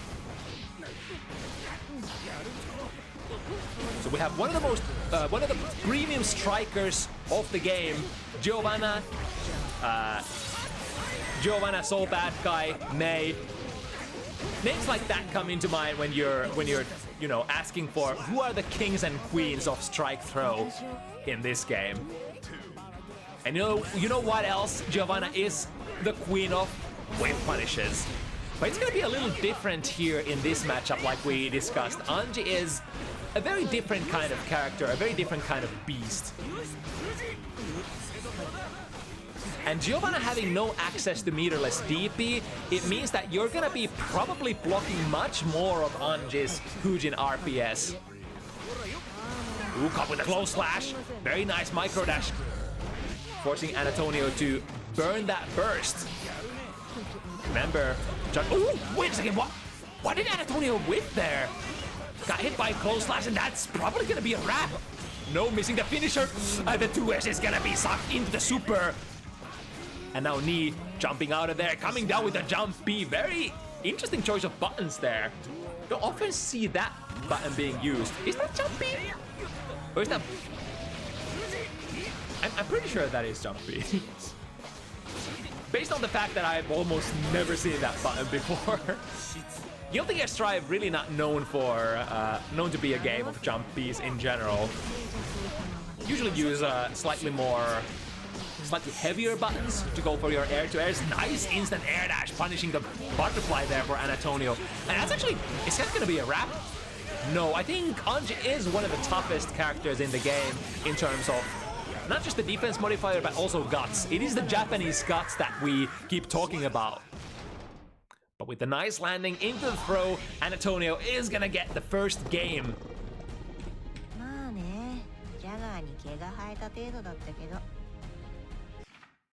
Mankind. And we're gonna go from here. It is slightly asphyxiating when Giovanna gets in on you. Anji is also a character that doesn't really have a true reversal out of any of these situations. Unless you have your 50 meter to go for your reversal parry, which is a slightly different kind of option. It is gonna call out strikes, but is gonna be vulnerable against throws. Speaking of which, here comes Kacho Hugetsu out of that corner just in the nick of time.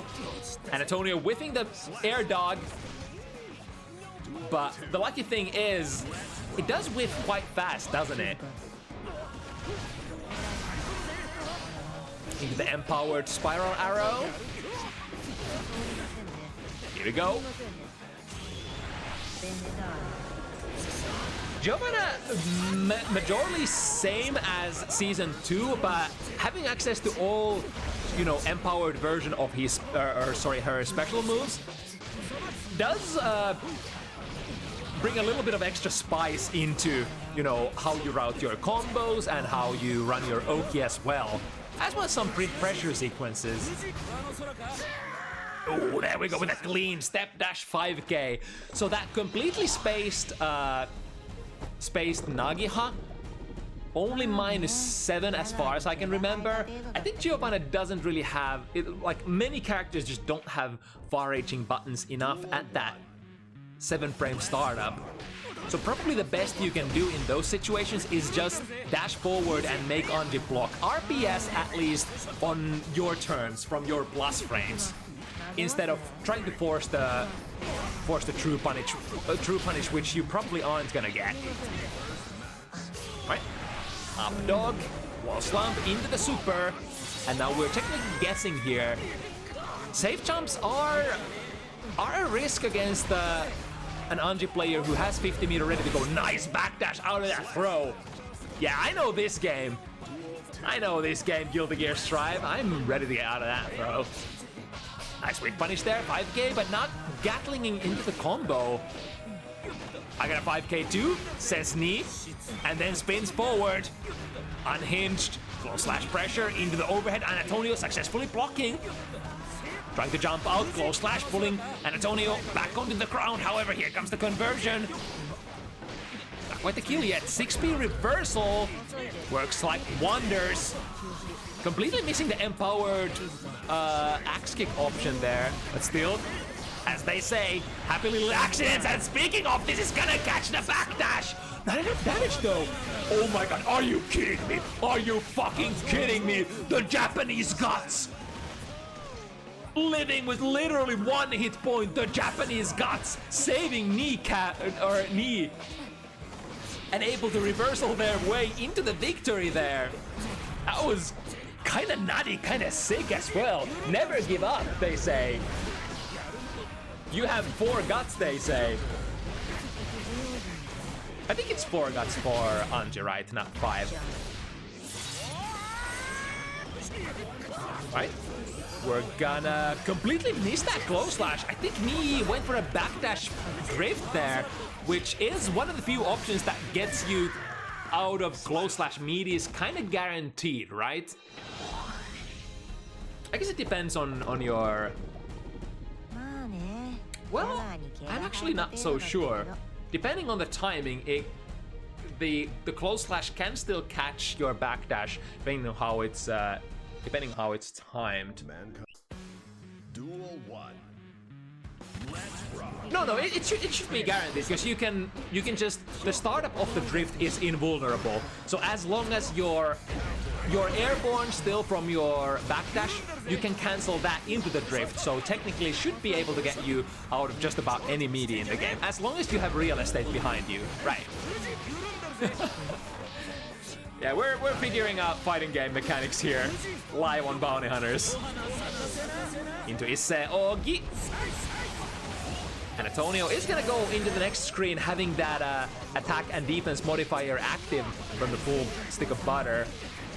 And that can be converted into big supers as well. While the combos is gonna drop. Drift backwards, trying to get the whiff punish. Micro dash 5k missing. But here comes the dog from the skies. The tag team. Ow!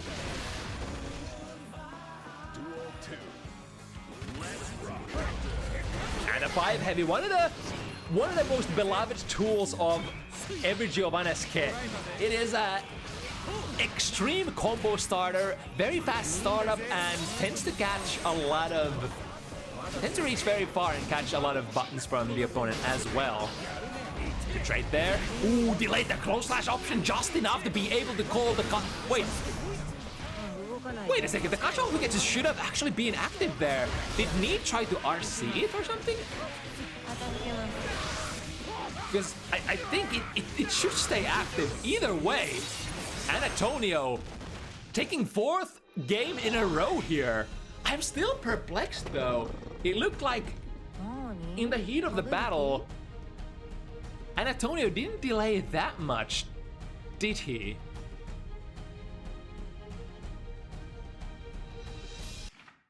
Mankind.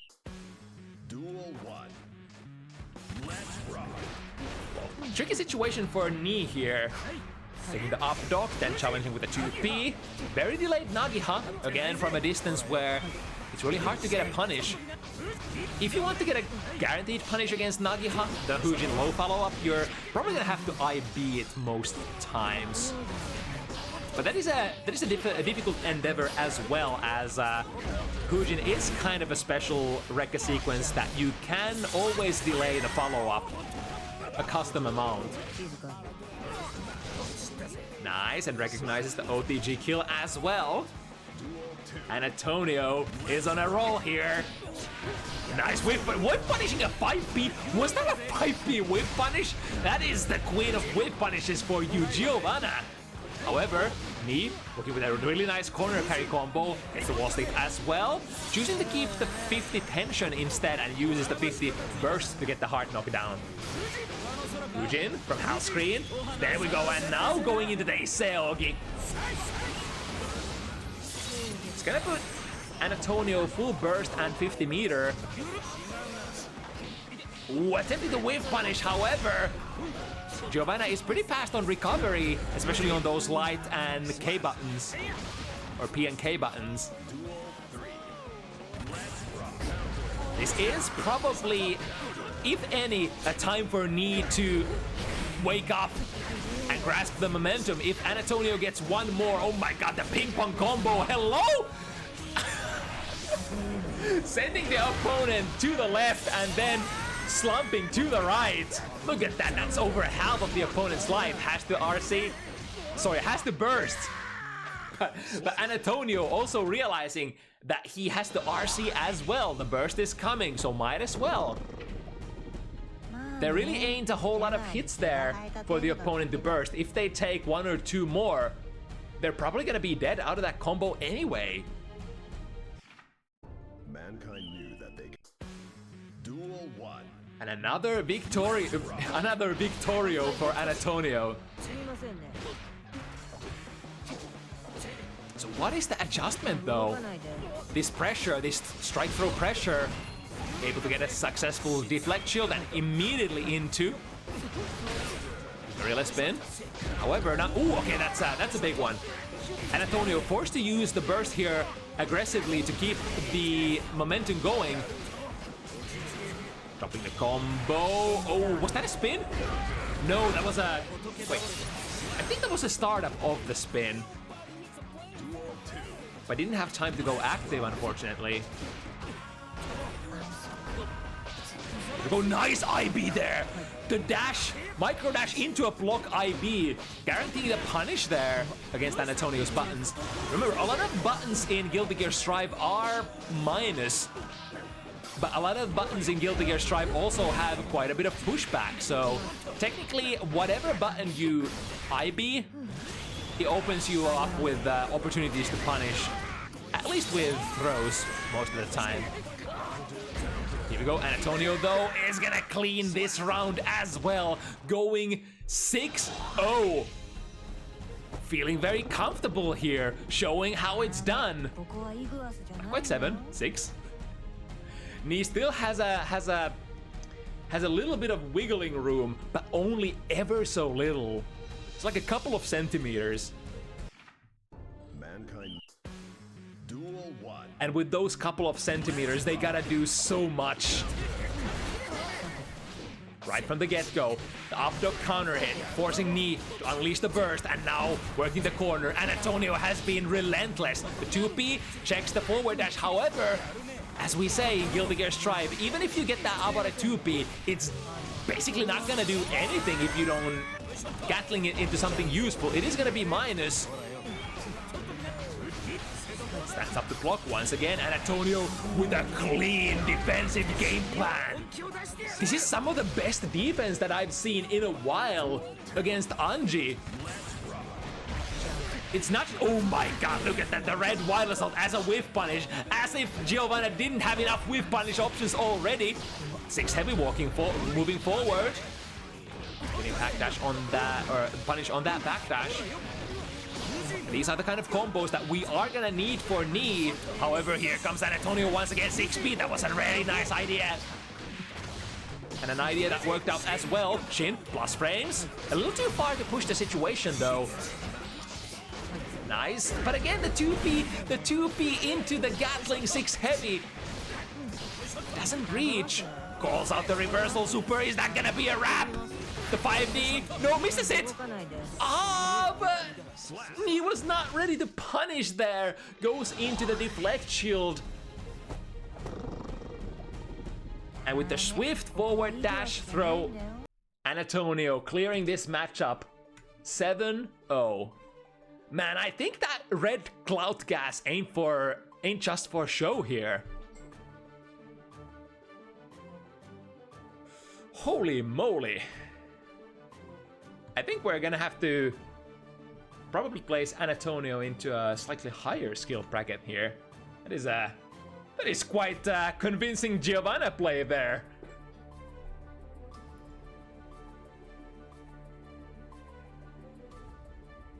Alright, moving on.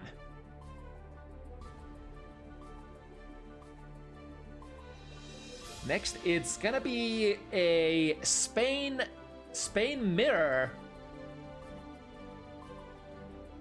When RageWolf Bridget, if I recall correctly, still undefeated on bounty hunters on their Bridget. Of course, RageWolf had that initial release ABBA performance, which they did lose. But other than that, still a clean slate.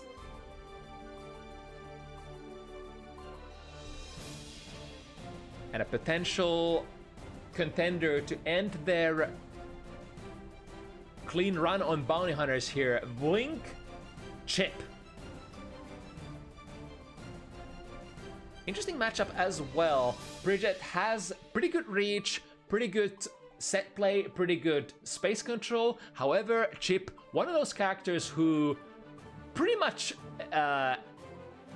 choose to not get space controlled. The character with probably the most mobility in the whole game, if we disregard ABBA in Moroha mode. Super fast dash. Good buttons to combine with that dash, triple jump, all sorts of special moves that can either stall your momentum or, you know, alternate your trajectory. Chip is a very difficult target to often engage. We're gonna have to see what is the game plan here for RageWolf for engaging the ninja.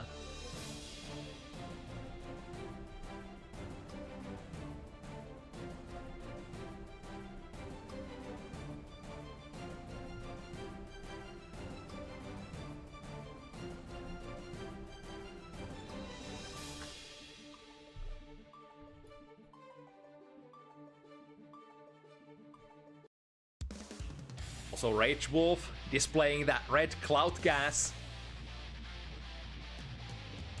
showing that they've been playing quite a bit for the, at least for the previous month.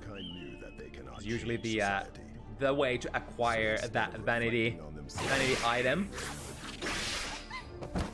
is to have an overwhelming amount of victories in the celestial floor. And even though they say that the cloud gas doesn't necessarily mean that you're the GOAT of the community, it does mean, or like, it has some correlation between, you know, those who play the game a lot, those players are usually at the top of the food chain as well. So there is that. Right, Vlink, a good quick jump out of the corner and an escape, reversing the momentum. Plus frames out the clone. And now it's your turn to block this pressure. Oh, with the alpha plate clinging onto the wall, and then some. Nice instant airback dash to avoid the Genrozan. Prison has really long pressure strings, so it takes a lot of patience, especially when the yo-yo is set and she has access to rolling movement out of her block strings. Ooh, that's a very nice too heavy though. Even if you have three double jumps or triple jumps available for you as Chip, you gotta be careful because that too heavy is gonna be extending like at least, you know, full screen distance vertically upwards. Very nice air throw. Fortunately throwing out of the corner, but that's not gonna matter because we have, of course, the alphas, which can skip a hop to the other side on a moment's notice, and are very difficult to react to as well. Overhead Rekka finisher, here we go, in that Rekka pressure. It's always a sort of problem that you are presenting to your opponent. Rekka 1 minus, Rekka 2 even more minus, but the thing is, the way you can space yourself, Chip can turn those, especially Rekka 1s, into very potent spacing traps. And a lot of the times, if you're not ready to swing immediately after Rekka 1, you can be exploited. You can actually get like dashed forward and pressed button by Chip. That was really bad English, but Chip can basically intercept you from Rekka 1 or Rekka 2 if you play too passively. And then on the other hand, if he's walking backwards after the Rekka, you can miss very easily and then get whip punished that way. Right, rock the baby into one more hit. RageWolf looking for that one, drifting into the active range. However, the FD is pushing RageWolf far away. The trade, very dangerous trade for Vlink, but surviving for now. The pressure into an overhead and gets it. Oh my goodness. With the last bit of your life, as the ninjas do it. Duel 1.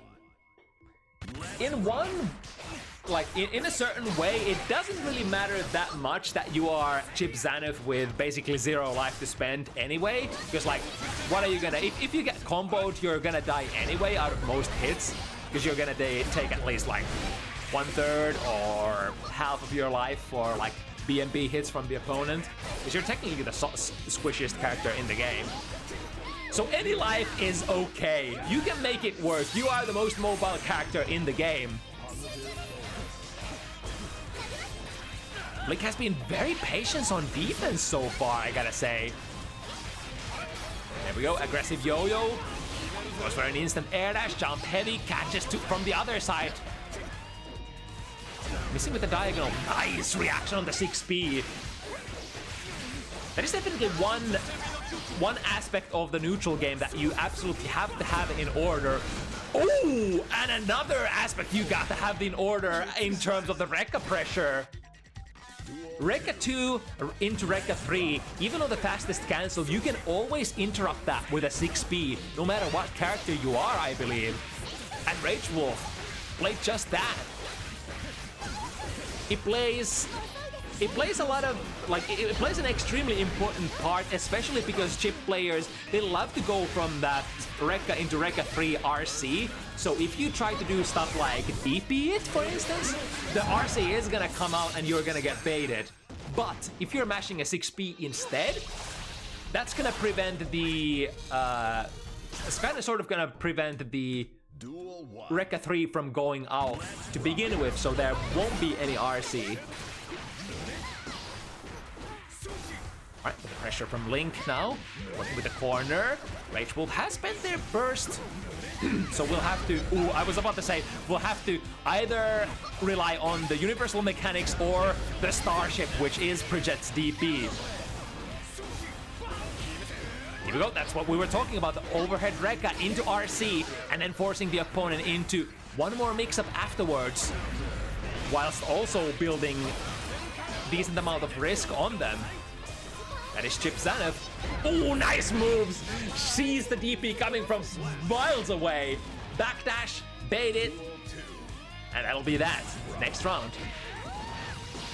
Round start, 2K2D. Very common option from the Ninja.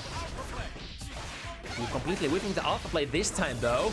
Yo-Yo is set, we'll have to take this mix-up situation. However, Vlink definitely has played this matchup before. Not yielding to that very delayed jump D, the mix-up tool of preset players. Rather, the go-to mix-up tool of many preset players. Is it gonna catch? No! Actually completely out of bounds for my killing machine. Now, RC to take it to the corner. Will be a soft knockdown, but I think Vlink is not gonna mind too much. But to go for the Kara cancel Rekka there. It's another really cool option that you have access to in the modern patches of Guilty Gear Strive. Duel 1. Both Chip and Anji can now like sort of pounce forward from almost half screen away and catch the opponent sleeping with their fast advancing low. Chip with the Kara Rekka 2, and Anji with the Kara whatchamacallit. Oh no! That's gonna be a close slash punish at Vlink. Plays very patiently, waits for potentially the burst baits before going for the burst. Shouldn't quill quite yet. We are talking about a high guts character in Chip. Safe jump into a throw is gonna do the deed this time. Here we go once again, this time a very deep 2K, perhaps predicting a backdash from the opponent. 6P, well placed once again by RageWolf. Not the cleanest wild assault there, so I think Vlink will happily take a not clean knockdown in exchange for the opponent's 50 burst.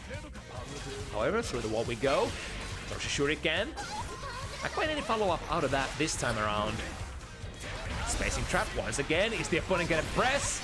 Ooh, nice Starship there. Switching positions as well.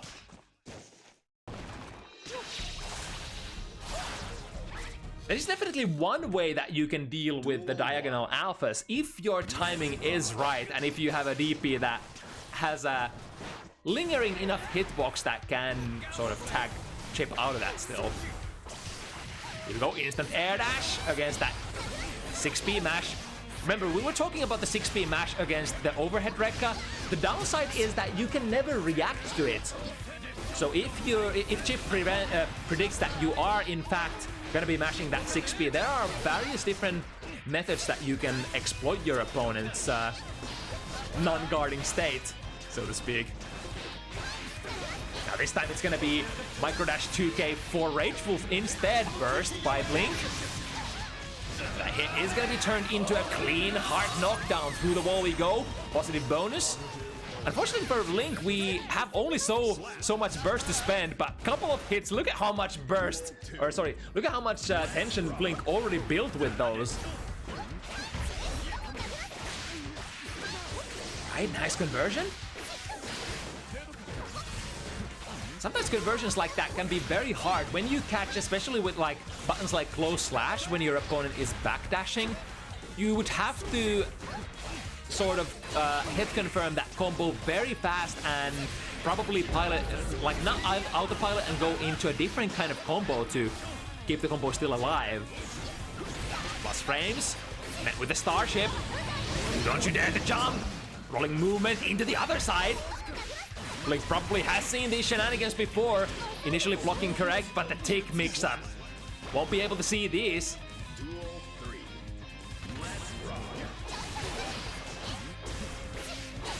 Right, set the yo-yo. Yo-yo comes back a little bit too early there for any sort of mix-up situation to happen. Lost frame down to the clone. Just a quick and calm 2P to prevent the forward dashing from Vlink. But like we say, 2P is not gonna be enough. If you are about it, you gotta press another button. You gotta complete that combo if you wanna, you know, stop the opponent from pressing their buttons in response. Alright, the double jump, nice, angling it perfectly. Overhead Rekka has to burst. Was the last possible opportunity. Lands a Roger dive. That was a very peculiar hit. That was a no meter pickup from a Roger dive. I think I've never seen that before, actually. Even despite that, Vlink is able to turn the situation into her favor. Duel 1. Let's rock. Now we go 2K round start, preventing Vlink from getting that deep dash in. Every chip player would always want to get into the 5K range. The 5K range is kind of the chip, the whatchamacallit, the sweet spot all chip players would love to be at, where you have access to most of your tools, most of your pressure options. Oh my god, the Rock the Baby actually chasing the backdash, comboing even into the yo-yo coming back, but wasn't able to get the last finishing touch. And now Vlink with an opportunity to bring it back, but the mash DP here for the victory. It has been the Starship so far that has gotten RageWolf out of these sticky situations in the corner. Always seems to be working out, and once again calls out the Genrozan as well. If Leaf Crab is to call out that DP, it has to be done very early. You can theoretically land into a throw state on the opponent as they are trying to DP out. Leaf Crab is a command grab with quite a bit of startup. Swings a 6P, complete miss though against that shoot. Is that the name of the kickstart follow-up? I think that's the one, shoot. When you go into the woo yo-yo hop. Into the woo, you know what I'm talking about. Alright, quick 1-2. Into more pressure. Vlink, expending a lot of resources into this pressure, but as the old wisdom goes, you spend a red wild assault and look at that. Suddenly, Vlink is with 100 meter and ready to spend that. God, that was a damaging combo. Not only that, but the red wild assaults that Vlink used for that pressure were able to build so much risk on RageWolf's bar that the corner combo was just literally lethal at that point. Didn't even need to use any of that 100 meter. Guilty as stripe, right, ladies and gentlemen. That's how the game is played. Alright, setting up the yo-yo, rolling movement towards mid-screen, get out of that corner situation. Oh, wait, there was a yo-yo set there? All right. And RageWolf able to get to the point-blank distance, all the hits. Out of the Roger super. And now... Nice. From the safe jump, or... I'm not actually sure, it's a little... I think it's a little hard for Bridget to successfully safe jump and still get a clean mix-up situation out of it. Ooh, nice job. You're not gonna pass here. Nice! Chasing the 5 heavy whip frames. Chip can definitely do that, being one of the fastest dash characters in the game. And the pressure, Rekka 1, dash back in, or take a step back, dash back in. Nice from Jumpy as well! Not the most damaging combo starter, but we're definitely working with it. And now, Vlink almost with 100 meter. Is it gonna be reversal super? No. Playing it safe, using the YRC, or I mean, of course YRC is a risk in itself as well. Perhaps a smaller risk than a reversal super. Smart stuff here from RageWolf, not going into the hero burst that was still available there after that Rekka 2 hit. It would have surely been a fool's errand, because we can take this burst to the last round here. Vlink not ready to yield this corner position just yet. Tries to jumpy once again, misses, and then comes back with a diagonal downwards alpha. God, I love this character, Chip. I should be playing this character as well. This character is hella cool. Into Drift RC, cut low, and that's all she wrote. RageWolf doesn't even have time to build enough meter for that burst.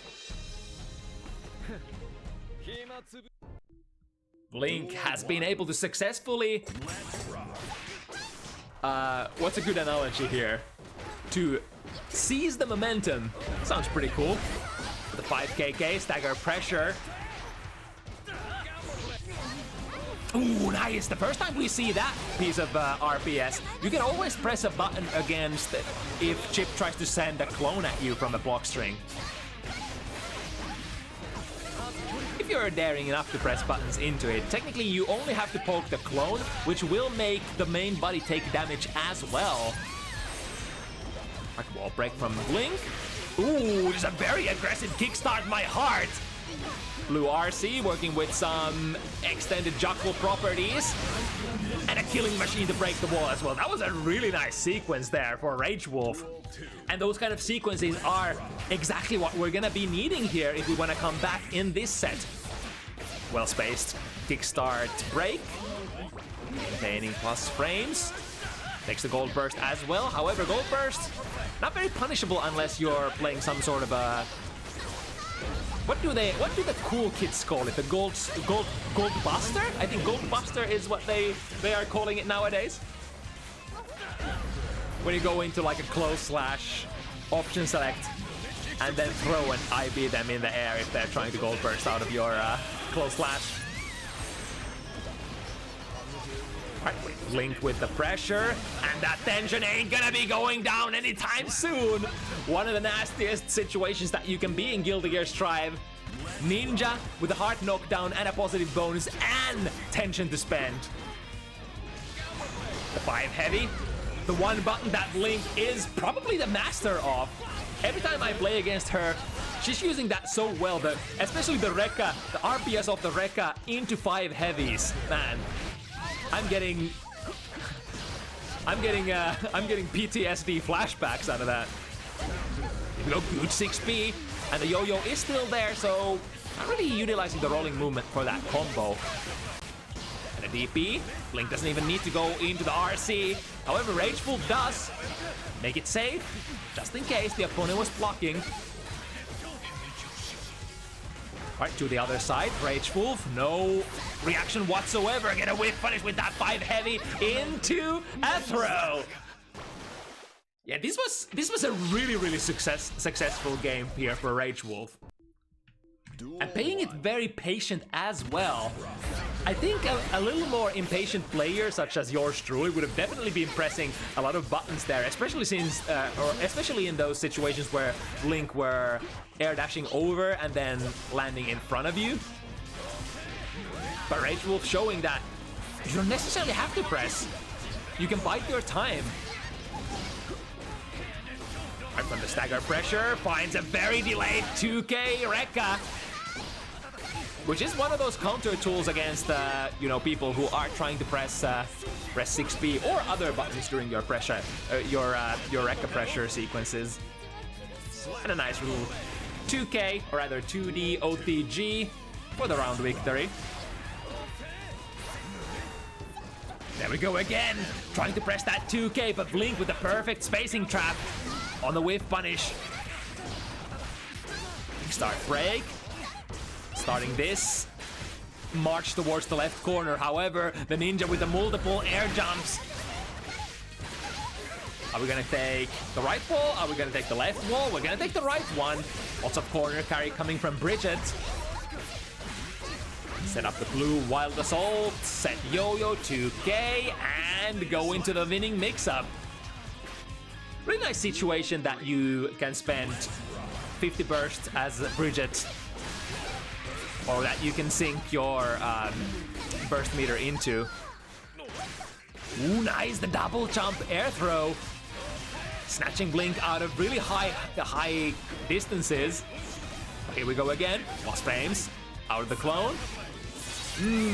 I think Vlink made a little bit of an error there, cancelled into something that she didn't want to cancel into and tried to save it. But hey, wall break is a wall break. And now we're still working with that 75% tension again. And look at that, the delay! Rekka 2 catching RageWolf, trying to do something. Through the glass we go, and now... Right, good read here for RageWolf, jumping under the leaf crab. We saw this before. Previously, Vlink was able to double jump out of that killing machine, but not this time. Is that anybody's game? Goes for a kick start break.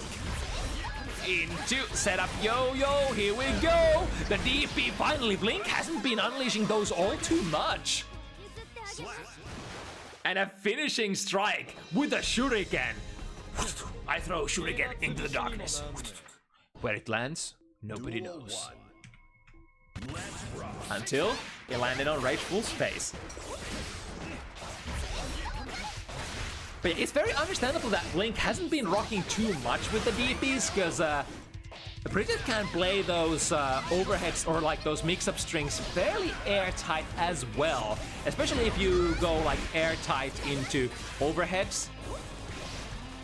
It's not gonna allow the opponent to go for, you know, DPs very often. It's mostly the low options that are gonna be vulnerable against the DPs. Swinging a miss with the too heavy. That was really close to getting whip punished there by Vlink. Dashing through the yo-yo. Good RPS. Nice, sees the 6P whip, goes into a throw, plus frames out of the clone. We've been here before. The stagger pressure finds the Rekka into overhead Vlink. Duel 2. Let's rock. On the set point now. Let's see what RageWolf has in store. Nice IB there on the Rekka 2. But always ever so dangerous to press after those Rekka. There is always gonna be a follow-up option. Potentially. And RC, make sure that we got this mix-up in the back. Nice, just barely reaching Blink's jump with that too heavy. Swinging a miss with a 2S, tried to go for a kickstart, but no time to get it started. 6P, perfect! Basically gambling with their life. It's too heavy. Ooh, Vlink goes for a burst. Luckily for RageWolf, it was a burst towards the mid-screen. Kickstart has to RC. Yeah, that would have been very minus. It's a quick mix-up into... Is that gonna be it? Do we get a wall break here? Yes, we do! And then we shoot! RageWolf is somehow still alive. We're not out of the woods yet, and won't be for a very long time. Even if RageWolf gets this game here, it's gonna be the same conundrum over and over again, at least for 3 more games. Let's not skip the gun here. Or rather, jump the gun here. Here we go. Vlink does have full burst available, and soon 50% tension as well. But if you don't block the mix-up, it's not gonna matter. Where's the burst gonna come from? Or is the burst ever gonna come from? No! RageWolf living to fight another day with a nice pressure sequence. Duel 1. And now, are the adjustments coming online early enough? Aggressive yo-yo set preventing Vlink from dashing all the way in. Rekka 2. At that spacing, very hard to punish as well.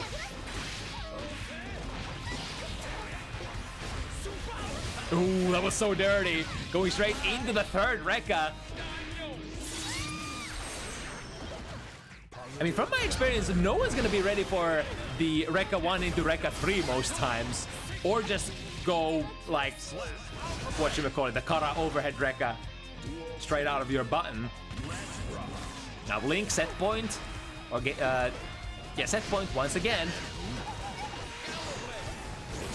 Oh, okay, at least the good news is that the DP whiffed towards mid-screen, so Vlink didn't get to work with a corner combo.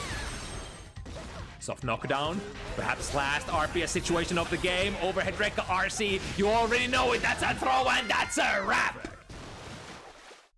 Vlink has done it, taking out her countryman, RageWolf, in a fairly tight match here, but you have to say that Vlink was basically in the driver's seat for the most of that set. The mobility definitely does triumph over the neutral control here as well. Nobody blocks the Kara overhead. I know, right? Speaking from experience.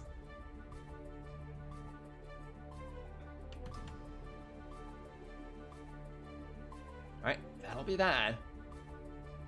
We've got 2 more games to go. First one gonna be Zidine Mai versus Mellow Rage Zato. It's an interesting switch because the one single Mellow Rage match that we did watch earlier on Bounty Hunters was, I believe, Mellow Rage rocking their Jungie, which, correct me if I'm wrong, is their main character. But this time it's gonna be a little bit different. Gonna rock that Zato in a matchup that also, we said this about Zato versus Potemkin, but I think the Mai versus Zato is also a matchup that doesn't appear very often on Bounty Hunters.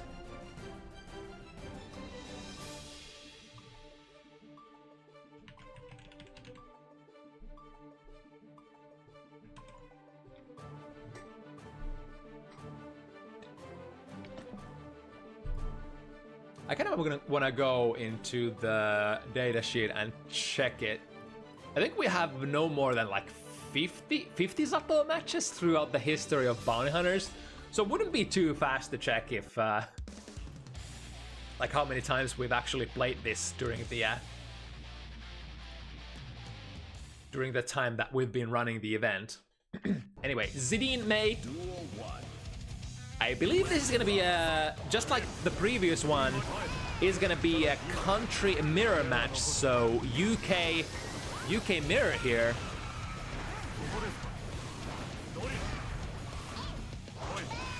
Ooh, 3K straight into the oppose. That's always gonna be worth a burst. One of the hardest hitting combos that Zato one can muster.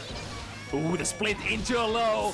The new stuff, so beautiful. I really like that they like the sort of approach they started taking with Mai since the vanilla version. She's much less about, you know, bullying the opponent with S-Dolphins and more about like cool air shenanigans that you can do. Even a little bit of like extra mix-ups with the use of that split. Alright, speaking of the mix-ups, oh nice, gets the pick-up after that command grab as well. I know that's against some characters that can be a little tricky to pull off. Ooh, skips the hops to the other side, and I think Mellow Rage was actually holding forward in that very moment, making the split whip between the little hole between Zato and Mai, lunging forward. Straight roll, red wild assault. Again, which side is it, left or right? Landing into the low. Mellow Rage does have the summon capabilities available because of blue RC, was able to get a clean combo out of that 2P, and now the puppet lacking a little bit behind. We need to waste time here. Deflect shield, but there's nowhere to push Zidine into, and a 5D tap. 21 frame reaction check. Not cleared by Mellow Rage this time. And that's how we kick it up. Fast pace, no breaks. Mai is definitely gonna wanna brawl with Zato as much as possible. Don't let Zato establish any sort of control. Like this, for instance, yeah, Zidine goes for an immediate burst. Oh, yeah, you want to burst that. That was a fully charged 6 heavy. I would have dealt some serious Season 2 damage, let me tell you that much. Right, swings into the oppose. Now, lucky for Zidine, even though we got punished, the puppet gauge was basically already ran out, so no massive combo available without Mellow Rage using burst, or sorry, using tension there. YRC, I think that was a heavy dolphin, so would have been plus frames. Don't want to deal with any of that.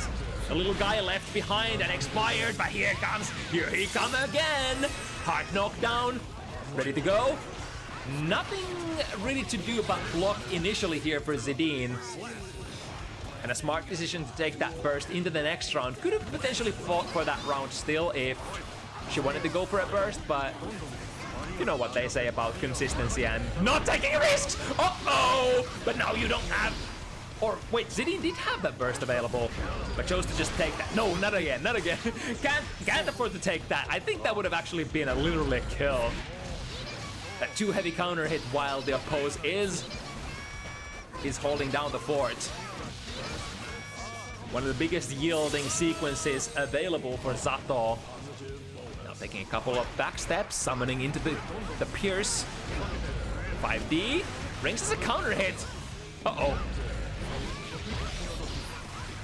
Missing with a lot of these combos. We had 100 burst ready to spend. Blue RC, take that into a throw. And big...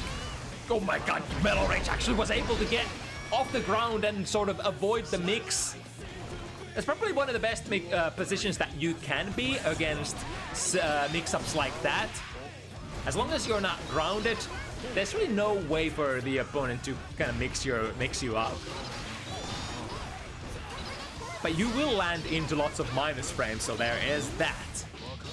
Splits once again coming through. I believe some of the, like, alright, able to see the 5 heavy going active there, so aborting the sequence after the RC. Recharge the Eddie gauge. Half of Zidine's life done. The Zidine, oh, hello. Was that a misinput on a summon, perhaps? Alright, a quick wall break. Oh no, it's actually gonna miss. Wait, is that because... Wait, what? Huh? Is it because Zidine was bursting already, or did the super just completely whiff? Oh, here we go again, 2 heavy starter, and I think the Amorphous should take the cake here. Yes, indeed, those big starters that Mellow Rage has been getting. I mean, it's very reasonable that you are gonna get a couple of those 2 heavies against Mai, because Mai is a character that loves to go airborne quite a bit. A gold burst with. Surviving to fight another day though.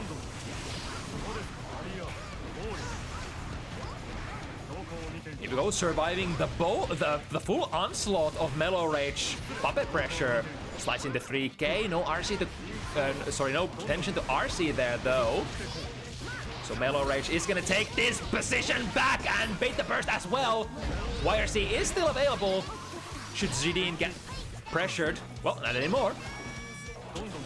Mellow Rage, this is a very nice position.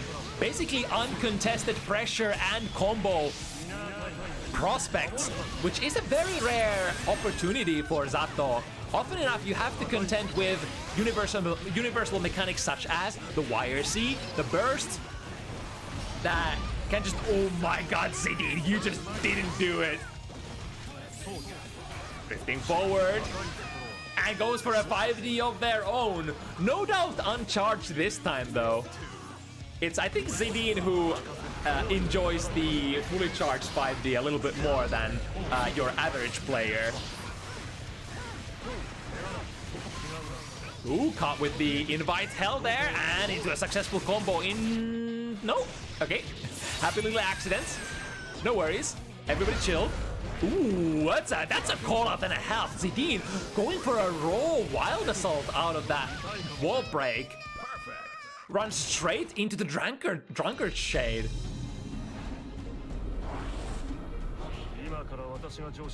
All right. Duel 1. Let's rock. Attempting a whip punish there. Just barely swinging a miss there, Zidine. Close slash, counter hit. Yeah, we're bursting those, especially when our back is against the corner.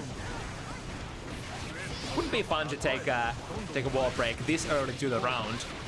In fact, it's probably going to be Mellow Rage threatening with the wall break very soon.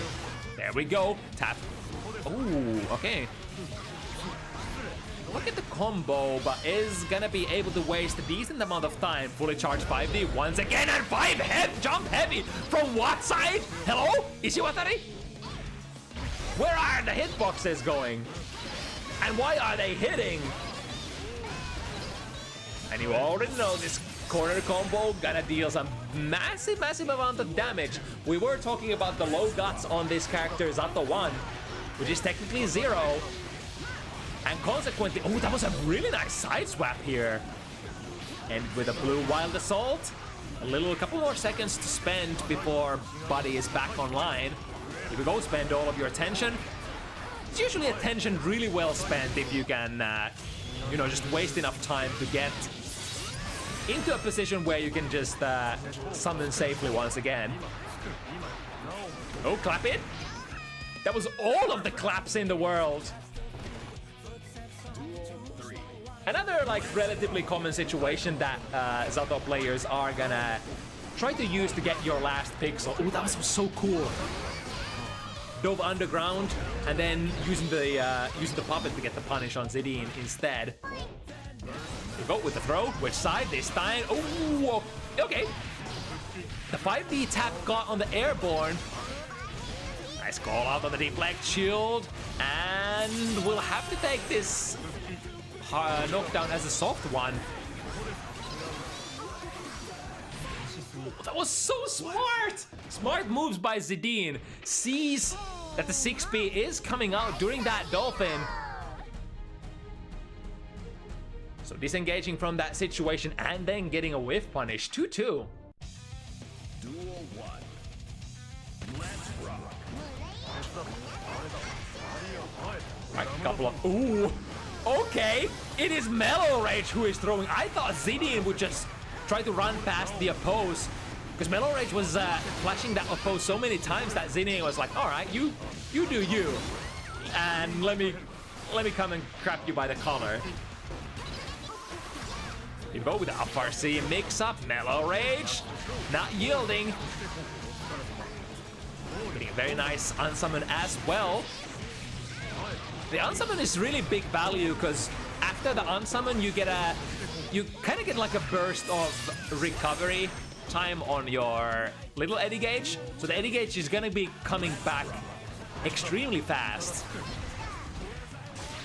So if you can cut your combo sequences or your pressure sequences short with the unsummon, you would a lot of the times happily do that if you don't have a kill going into a combo.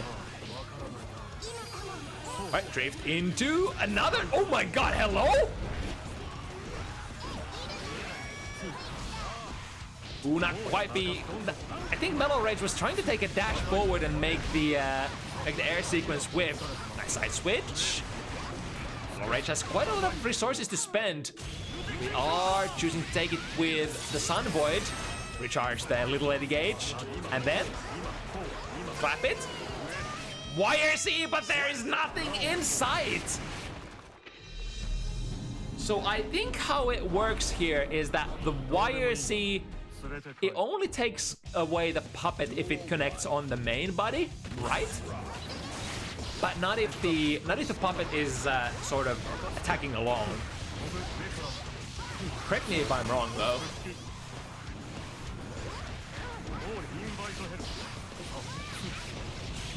Right, caught in the close slash. Quick 1, 2, 3 into Amorphous to waste time. And with the hard knockdown, that should give Mellow Rage enough time to summon. Yes, indeed. Unsummon, go back in.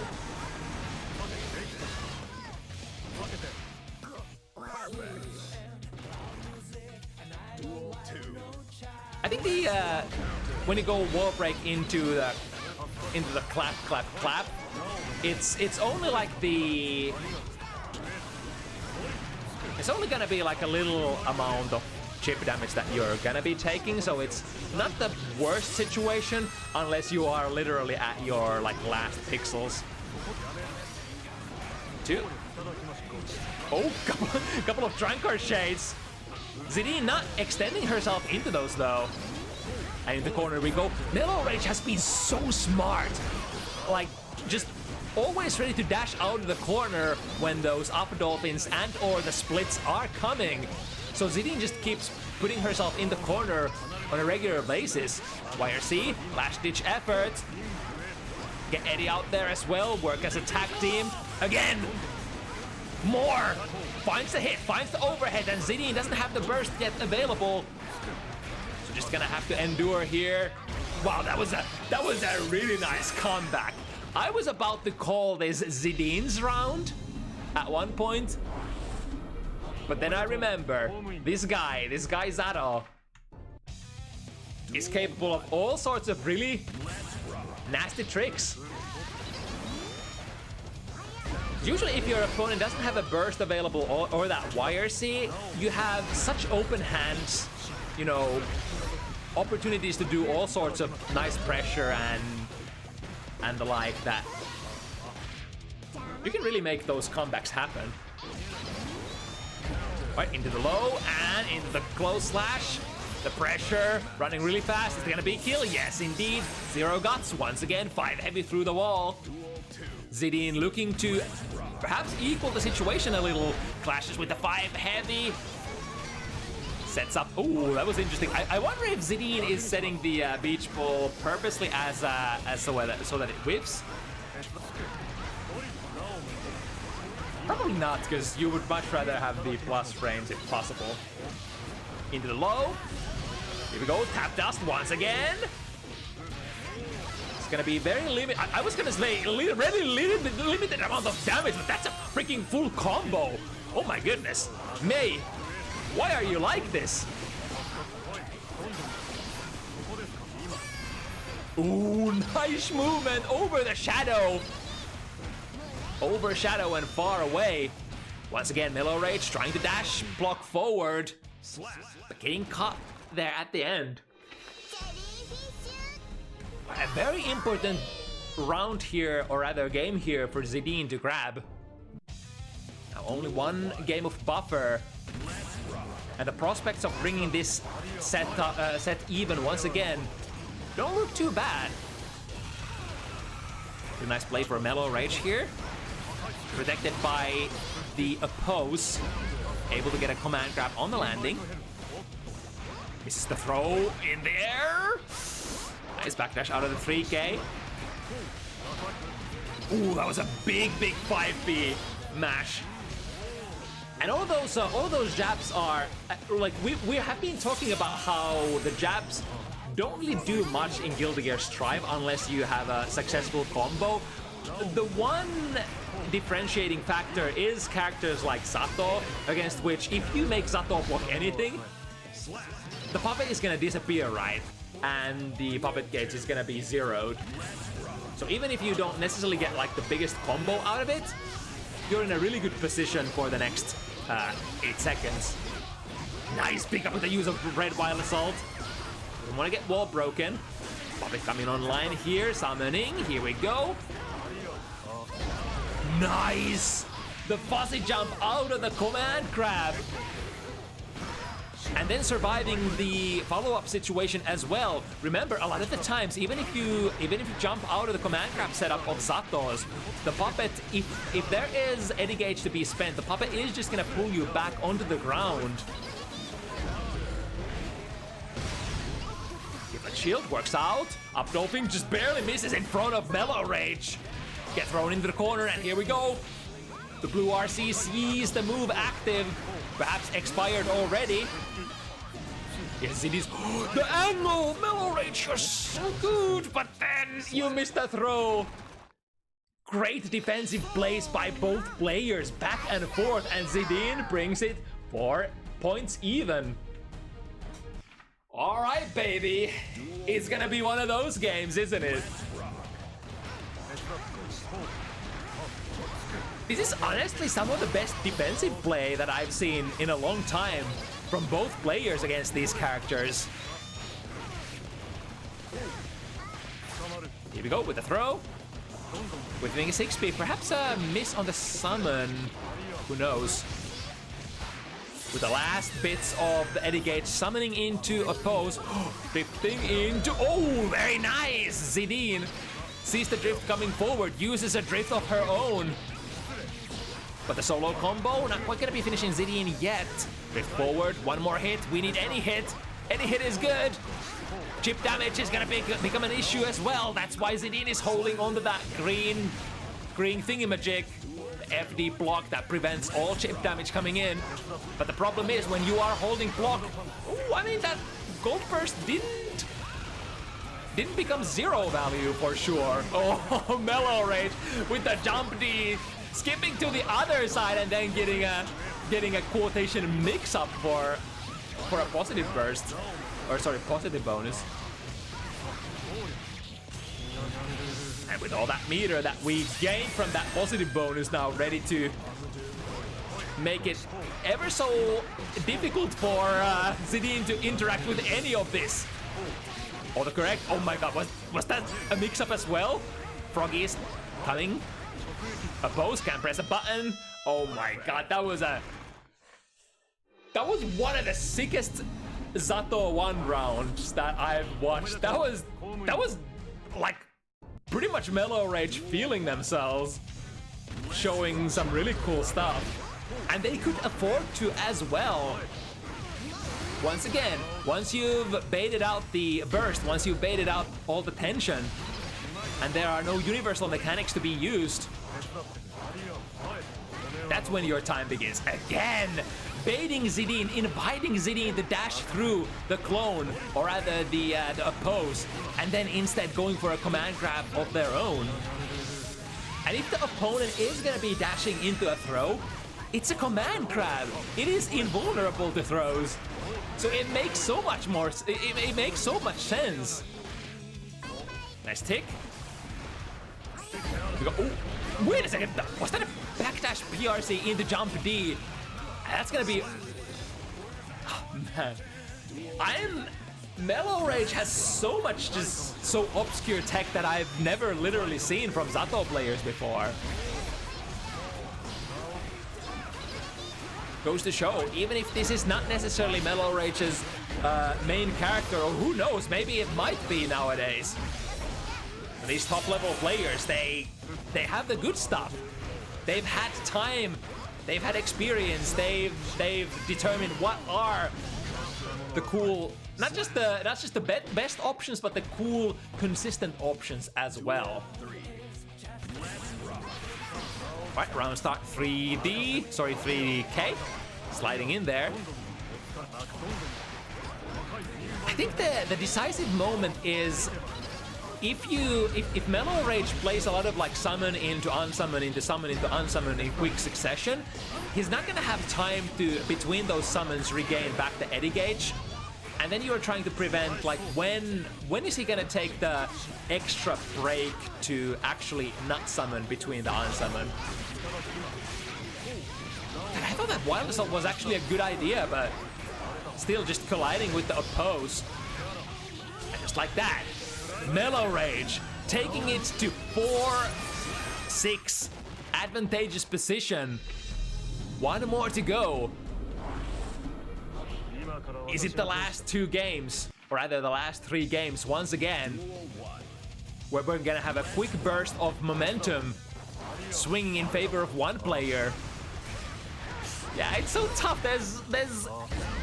It's like you can't press a button in that opposed situation. You can't try to jump out, but then Zato also has an option to just, you know, let it rip and pull you back onto the ground. And then again, if you try to dash forward into a throw, you might be getting, you know, the strike from Zato might be active. It's tough. It's tough. Drift forward, blue RC, not quite catching Zidine in the slowing aura, I think. Recharge the Puppet. Ooh, 2P. Starting the situation. We have the YRC though. The universal mechanic that we've been talking about so much, but one that has not actually been utilized by Zidine too much during this set. It's the blue bursts that have been breaking Mellow Rage out of their puppet pressure for the most part. But the YRC is almost as potent, if not even more potent, because it allows you to keep your burst resources in addition to getting the combo breaker.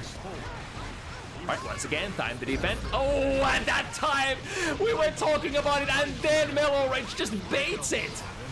But that's, you know, you are Zato. It is one of those things that you have to be baiting constantly.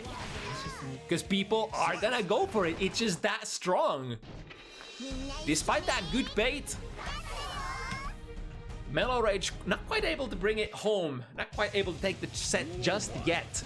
And Zidine is gonna move from 4 to 5.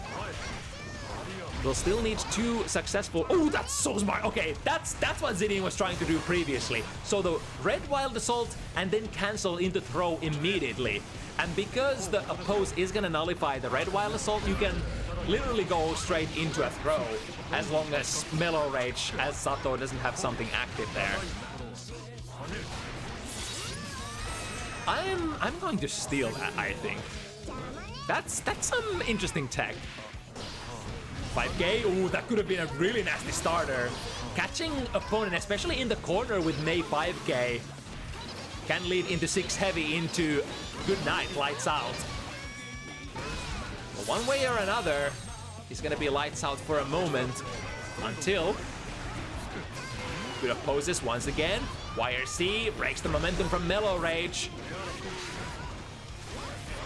We do have the meter to recharge, and he goes for it, of course. Oppose is waiting, looming on the ground. The only way would have... Oh, never mind. It was actually Zidine who got the hit there. So a good position to perhaps make it 6 points even.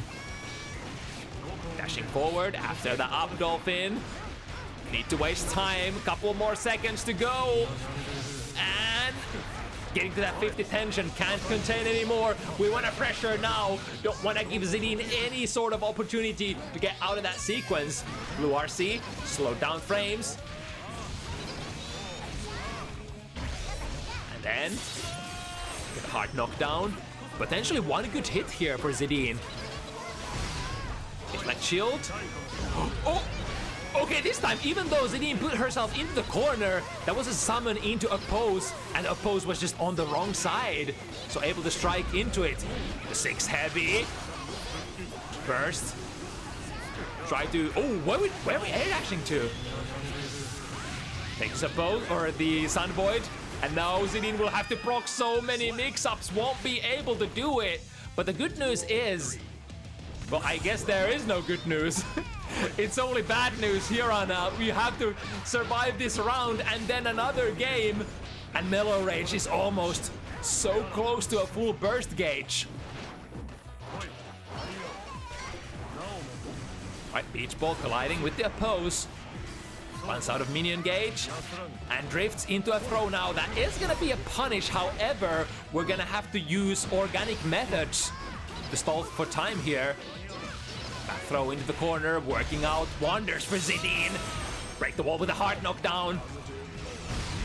Ooh, okay, that's... I like that. I like that. Perhaps the delay... I wonder if you can actually delay long enough so that, you know, the deflect shield will just expire there. Either way, perfect 6-6. We're going into the last match of this set. There we go, starting it with a bang. 2 heavy counter hits, met by Zidine's immediate blue burst. Ooh, was trying to go for a sneaky up dolphin, but the 6 heavy was active already. Quick burst of 5 BPP, and then the 3K leading into this combo. Get a jump D for the wall break. Zidine is technically for the first time in the lead here, albeit by just a little. It's speaking of little things, send that little guy behind Zidine and then go for the big combo. Recharge, and then dive underground. It's not gonna do anything in terms of, I mean, it works against, wait, no, it doesn't work against even YRC anymore. Because they hard-coded it so that there's just no escaping universal mechanics, even if you are in the break the law state. And now Mellow Rage. One final set point, perhaps. Ooh, very nice collides with the oppose out of the up-dolphin and the two heavy once again. Luckily, no counter hit for Zidine. Or for Mellow Rage, that is. Right drift forward, the 5 BP mash preventing Mellow. Ooh, it's gonna be a big combo. Did he hit it? And the punish up the wall, up the walls, into the sky you go.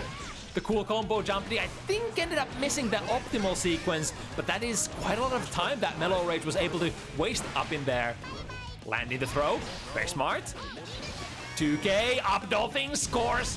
That could have potentially been a hard convert as well, because Mellow Rage was airborne out of that 2K. Smart, saving themselves, not committing into the oppose. What's it gonna be here? The fully charged 5D, and that's gonna be it, right? Mellow Rage finishes the set with was that a backdash blue RC again? Sees that something is active. The frames of Zidine are slowed, which means we have time to charge. Fully charge a 5D as a punish. It's a very peculiar punish and feels like it's a very lapped punish as well. Probably something that Mellow Rage loves to do on a regular. For all I know, that was quite the set. Went down to the last moment. All right, one more for the road, as they say. And it's perhaps one of the ones that I've been waiting for the most. Another Sin player. It's gonna be Bliskke Sin representing Norway. All the Norwegian Sins coming out today. And the contender today, standing on the other side of the octagon, is gonna be none other than Matiibo Sol.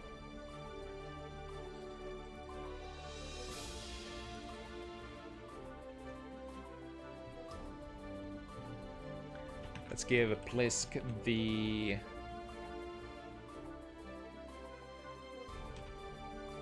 room code as well.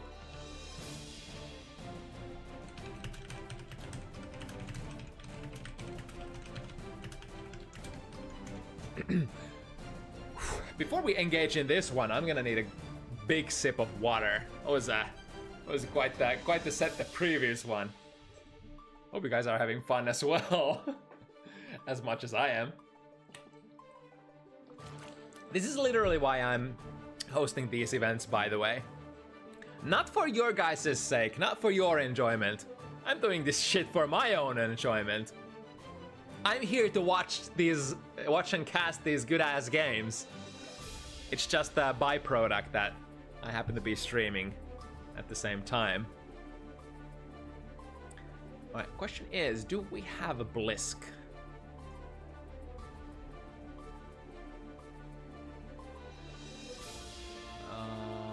He is offline on Discord, which is always a little scary. Oh yeah, that's true. It's the alternative father-son matchup. First we had Kai versus Sin, which is the biological father versus son matchup, and now we have the quotation father versus son matchup. All the good matchups, honestly.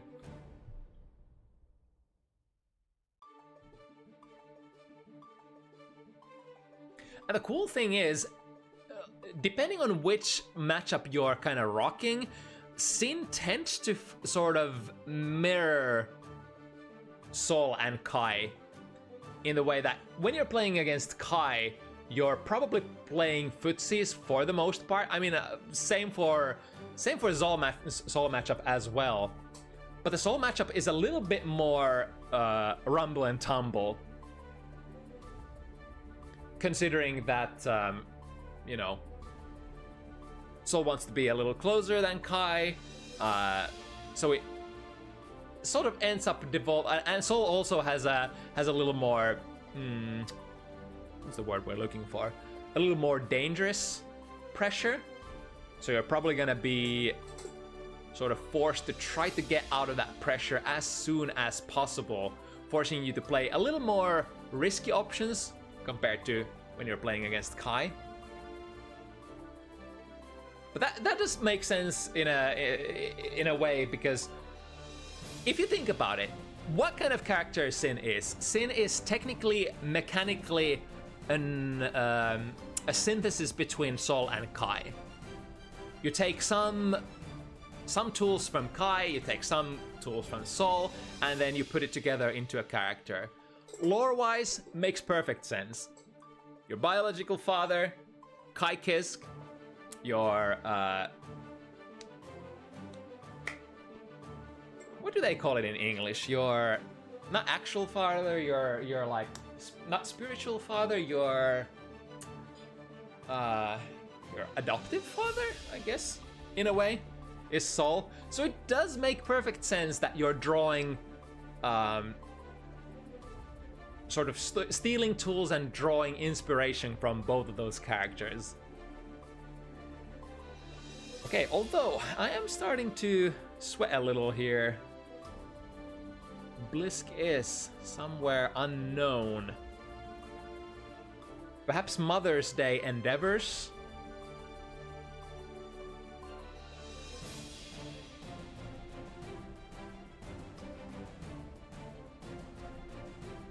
Sol is Sin's grandfather, though. Let's see. So the family tree is as follows. So Sol and Justice. So then technically Sol is Dizzy's father. So then technically Sol is Sin's grandfather. I guess that computes. So father and grandfather. I never thought about it like that, but now that you mention it, yes, I guess that's you could say that, but please don't say that. It feels weird. I'm starting to feel as weird as if you watch the all the Kill the Gear story modes, like the way Kai feels about this whole conundrum. I'm starting to feel like that.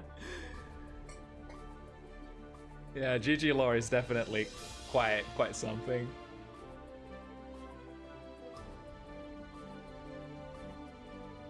Yeah, Bliskke, you're up. Last game, last match. I put the ID on Discord side of things. So whenever you're ready to play some good ass Guilty Gear.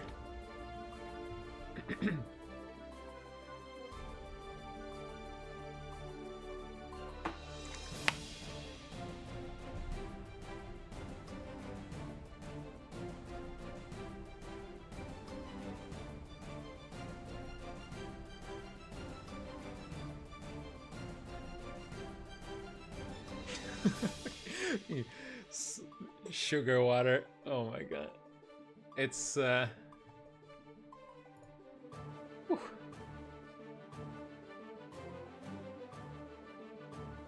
I really love we were actually talking about this the other day with Matcha Mai, how it's so much fun. It's the kind of character charm that Sin that Sin radiates, the absolute like childlike stupidity, the pure stupidity there's a lot of charm to that. Although, a word of warning, you better not call us Sin players dumb. Our character in lore may be dumb, but we're doing our best here. You know? Just You know, it's our choice to play a character that does not take years and years to master. We're just out here doing our best with a powerful yet simple character. We'll have you know. Anyway, that out of the way, let's get into this matchup. Matiibo from Team Finland, Bliskke from Team Norway. Mankind knew that they cannot change society. So instead, Pretty much every single game that I've watched from Matiibo offline and online on bounty hunters and or otherwise has been really, really hype. All these characters extremely explosive. Soul a little bit more so. Has definitely more burst potential. Sin probably has a little bit better control for the neutral game, but not by much. You would think that it's a big difference, but Soul has some really good buttons as well. The range advantage will definitely go in Sin's favor though. Here we go into OTG, yes indeed. Matiibo, offense, put your hands up. Oh, into a big far slash. Bliskke actually choosing to hold it this time. I can endure it. Show me your best combo. I actually like this at the start of the set where you're kinda not bursting the first big combos immediately. You're kind of forcing the opponent to show what is your biggest combo. Can you do that combo? Are you gonna drop that combo? Because if they don't first show you that they can do that damage, then you don't necessarily have to be as scared about the incoming damage to begin with. And I mean, that and Bliskke was also sitting on a round lead, so he can pretty much happily take that burst into this round. Go, trying to swing into that -3.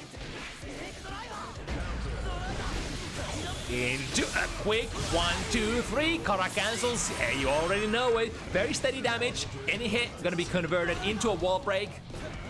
The trademark of Sin Kisk. Oh, but misses the throw. Now here comes the trademark of Soul Bad Guy. Massive damage. Bliskke not happy with that prospect of potentially getting wall broken and or killed right then and there. And a far slash. Oh, wait a second. Missed the punish though. Or the combo rather. Matiibo still clears it. And putting on the table some facts. I am ready to whip punish, or rather punish your DPs. I can do the big combos. I mean, even though Matiibo did drop the combo there for a moment, I'm sure that was a one-time thing. All right. Showing some volcanic vipers as well. Sin has to be very careful if you choose to go into too heavy against 9 or like fast DP characters. You really don't have a good countermeasure against a DP mash. Because if you go into special cancel, it's gonna be DP'd. If you don't cancel too heavy into anything, it's gonna be DP'd in that case as well. So a lot of the times, you're probably gonna see Bliskke going just into an airtight beak driver to defuse the situation and go into -14 instead. Spaced, that is, of course. Matiibo unleashing the burst. Jump slash, air to air, putting Bliskke back onto the ground, finds a big close slash. Bliskke will have to be thinking about the burst here. Yes, indeed, goes into it right away. Even though Bliskke is sitting on a round lead, when you are already at full health, you get so much value by bursting that big counter hit conversion from Matiibo Soul. And believe me when I say Matiibo has the combos.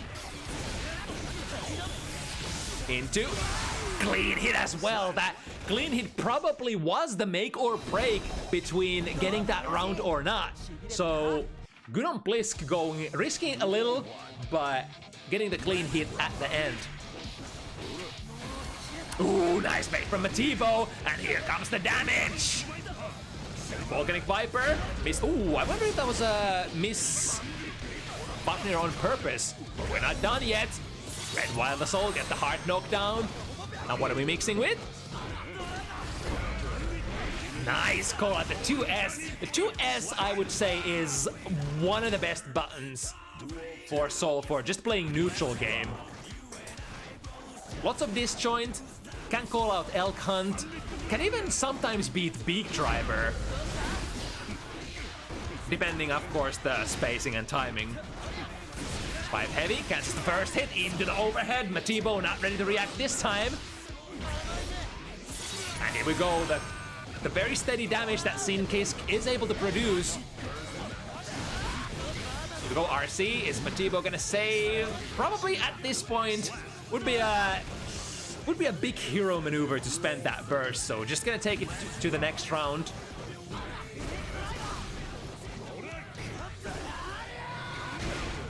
Right, colliding with the flames. Matiibo also able to land successfully out of that bandit revolver.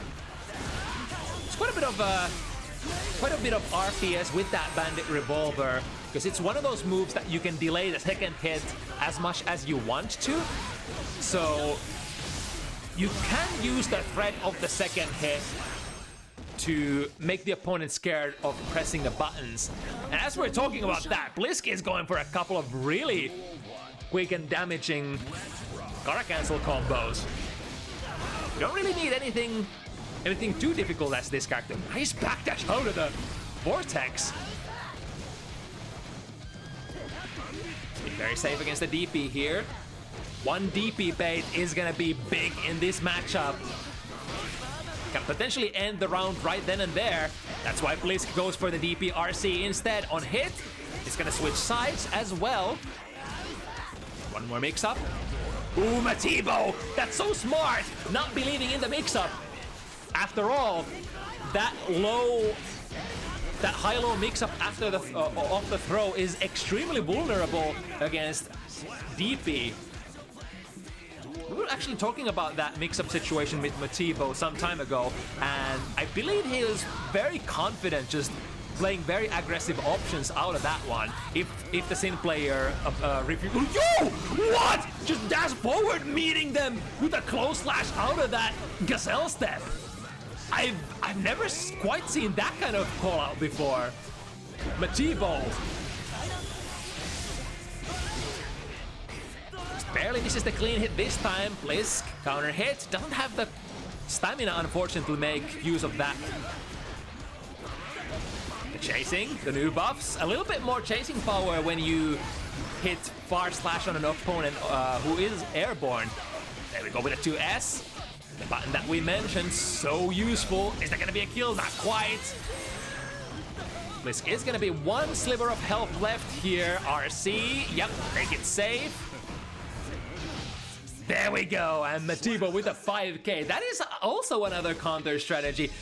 Even if, you know, even if we are one of the best DP characters in the game and we have just the mash DP option available as well, 5k, fast enough to call out that elk cancel. So the gap is 5 frames between Sin 2 heavy into a special cancel, which is definitely wide enough for a 3-framer from Sol. Nice, the dash forward 6 speed. Matiibo really has the RPS on point this time around. This is the second part of the loop. We still have the pressure. One hit of L. Ooh, okay. I was about to say that's a very dangerous trade. Really big explosive potential from that Elk 2 frame trap.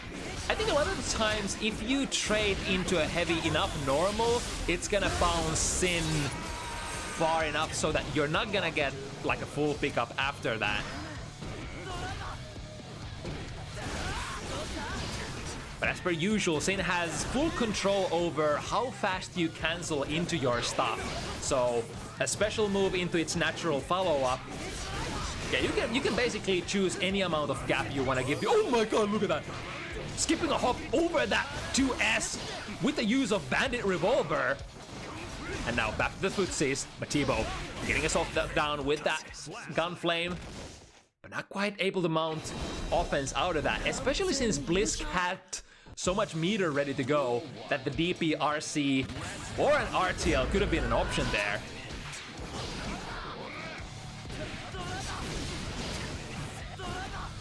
go. Aggressive burst.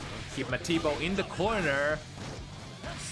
Nice, Matiibo backdashing out of the 2K. There is an option select out of that mix-up. I think Sin can do most. If you option select like 2K 6B into a throw, you should be able to throw most characters as a punish out of that backdash.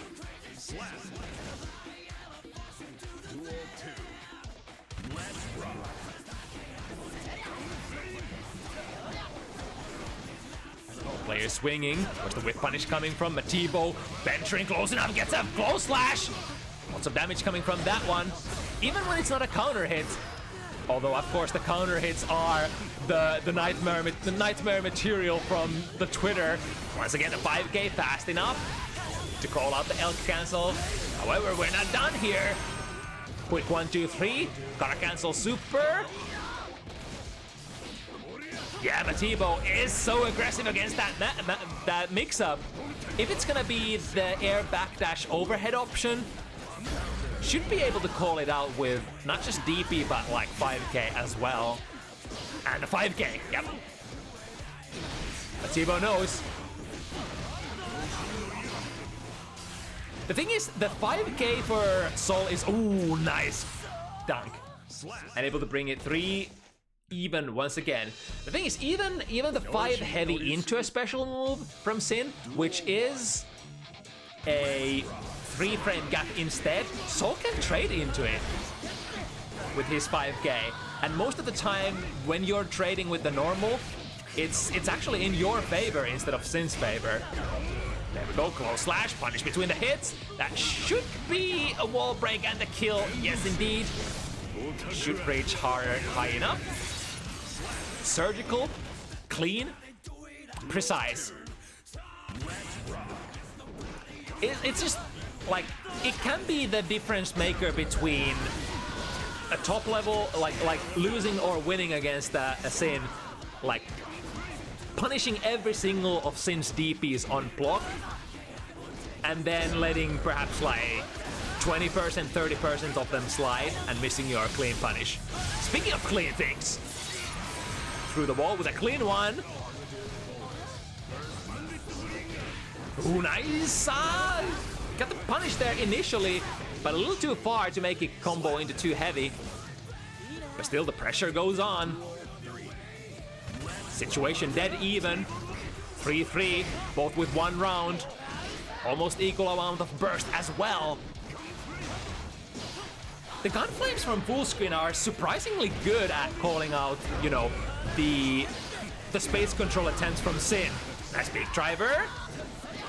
Extending your range a little compared to your S buttons. Once again, the flames are there. The gun flame has been a really nice tool for Matiibo. You go DPRC, switch sides. Matiibo's not quite ready to go through the wall just yet. And the close slash hits once again. That should be a killing combo. Yes, indeed, Mr. Bad Guy. With the damage, with the consistency. Don't teach your grandfather to do combos. Oops, that's wrong point. There we go. Matiibo instead. So Matiibo taking 1 game lead here. Nice, goes for a hard bait there. Bliskke not quite biting into that immediately. So getting most of their burst value out. Matiibo now. Pressure in the corner, keep it going, finds the hit! But that was a critical miss on the 5K, and 5K, as fast it is on startup, it is doubly so slow on the recovery. In fact, one of the fastest, or one of the easiest to punish buttons in the game on reaction. Skip in there, 5D, but already spent the meter on that vortex cancel, so not gonna be getting any rewards out of that. Instead, Bliskke is gonna bring in the steady Sin-Kisk rewards. Overhead once again. Matiibo bursting out of it, and the jump heavy, air to air. One of the best buttons in the game to be safe. Ooh, tried to go for a really deep dash. Bliskke reacting to it. Pressing close slash. Arguably was trying to do a far slash, but I mean, Who's gonna deny a good old close slash starter when it's presented to you? The burst has been spent. Straight into the Gunflame. Gunflame very hard to, you know, start combos with, but it works as a really nice stop sign tool at neutral. And you really do need a stop sign tool like that, especially in this matchup where Sin does have the reach to sort of triumph over you. I mean, technically the Gunflame equalizes the distance because you could consider it a poke that reaches almost as far as Big Driver. It's really easy to extend yourself into that Gunflame though, and it advances so fast in the modern patches as well. Too heavy, into the Elk this time. No counterplay from Matiibo.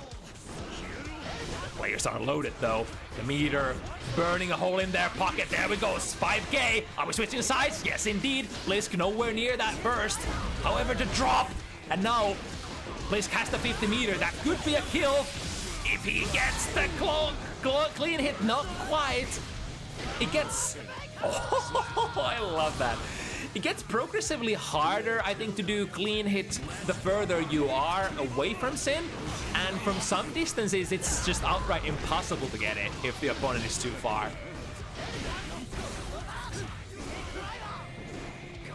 Go for player, swing and miss. Following it. Oh my god, the deepest dash. Close slash once again. Bliskke is getting a burst here. Taps into it immediately. There we go, the Gunflame beating out Big Driver. How far have we gone from the Exert days where Big Driver would just kill fireballs? And Matiibo with another really great combo, equalizing the situation here in terms of the rounds. This will be a really important round for Bliskke. Very nice dash jump. Find a hit. Boxing the opponent in the corner. Oh, but now we're pressing it. Spending all of their resources to keep the pressure alive, but eventually choosing to back off, recharge those stamina resources. And now ready to go, goes into the 2k this time. 2k, of course, as an empty low is gonna be perfect meaty. So if Matiibo is trying to call out the late air backdash with buttons, it is gonna be caught by the meaty empty 2k instead. There we go, Matiibo was hunting for that earlier, and this time, gonna find the timing. Through the wall, very early life lead, checking if Bliskke wants to press a button there, covering their ass with the RC as well. So the momentum swings. Matiibo has so many tension resources from that previous wall break though. Oh, from downtown, look at that dunk distance! OTG? Yes, indeed, Matiibo with the presence of mind. 6 heavy, one of the best OTG tools in the game, as it's quite a hefty chunk of damage that you are doing, slamming your weapon down on the opponent. Classic cross-up jump gate, switch sides, dunks, a miss. Bliskke also swinging a couple of far slashes, a miss, there we go. Matiibo with the chase. Matiibo's been really good at chasing, like Bliskke doing S button into backdash in order to avoid getting whiff punished or getting pressured as a result. But instead of swinging immediately, Matiibo is just committing into these like madman distance dashes. Like so. Try to go for it again, but not dashing deep enough this time. Break their guard, watch your toes. Playing it very safe, because Bliskke is rocking with the full stick of butter, and you can do all the nasty things that Sin Kiss can do when you have at least 50. And at that 100, even RTL RC becomes available. It's a little ways to the burst still. We'll have to go for it. Matiibo has the scent of an Exert player. The legacy player knows. The keen senses to smell when it has to be coming. It has to be coming. What do? You're hunting for it. You're RCing, and if the burst doesn't come out, well, You just keep your combo going and give them another opportunity to hang themselves, potentially. Ooh, interesting miss input there. Bliskke, once again with the dash jump, has been the tool of choice to get over those gun flames. It's been working so far so good. Matiibo sees the instant block, goes for an RC in order to not get punished. Into the corner you go with that clean hit, lots of corner carry. This time Matiibo was a little late with the 5k mash and got traded by the Elk. DPRC, Matiibo can't get out of this one. I'm actually kind of surprised that Bliskke is choosing to play so much of the too heavy as a pressure sequence against DP character like Soul, but it is working out quite well for him for sure. There we go. Even though Matiibo with the close slash, the optimal punish, still with a good timing on the far slash. Speaking of the far slash, using the combo, looking for the big one. That should be it. RC. We have so much juice to make for a juicy combo. And Matiibo, first set point of this bout. It's been a quick and a dirty one. Just how we love it in the Kisk family. Look at that, the massive damage. Matiibo potentially needs only one more. The 5k catches Bliskke, has to burst that. Matiibo, full stick of butter. We have so many options. That's it, the 2S. We were talking about the 2S. The button that is so much better than what we give recognition for, especially in this matchup. Matiibo cleans the matchup 7-4 for Team Finland. Matiibo, more like Matiipog. Man, he's so clean. He looks so good. I'm so happy that Matiibo's back on fighting games on a regular basis now.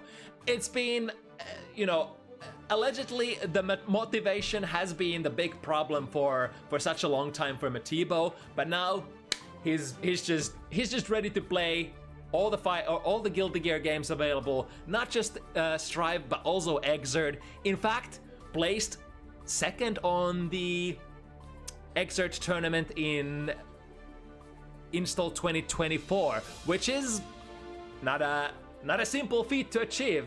Finland is a big Guilty Gear country, has always been. We have pretty tight amount of competition in the Exert front as well, still to this very day. But I mean, I could sing praises of Matiibo, but I think this will be enough for now. It's been a great week, lots of back and forths, lots of action, and yeah, you know how it is. You know how it is, chat room. If you want to play next week, we do this every single Sunday evening, 5 p.m. CEST. If you want to sign up for a match for next week, you can join my Discord and fill up the Google Forms. We'll try to set you up with a matchup of equal skill level as well as a good connection. That said, thank you all for watching. Thanks everybody who were associated with making of these amazing matchups once again. It's been an honor. Let's see if we might have some cool people to raid on twitch.tv at the moment. Also taking suggestions. Oh, actually Sammy's playing and streaming as well. Yeah, how about we go raid Sammy?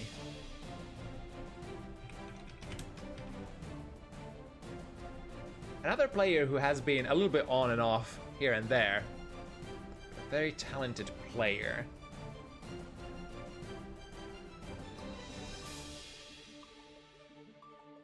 Okay, but we'll see you again next week. It's been a pleasure. Signing out. Time to get some dinner. You get some dinner too. Say something nice to Mama as well. It is Mother's Day after all. All right. Till next week. Bye-bye.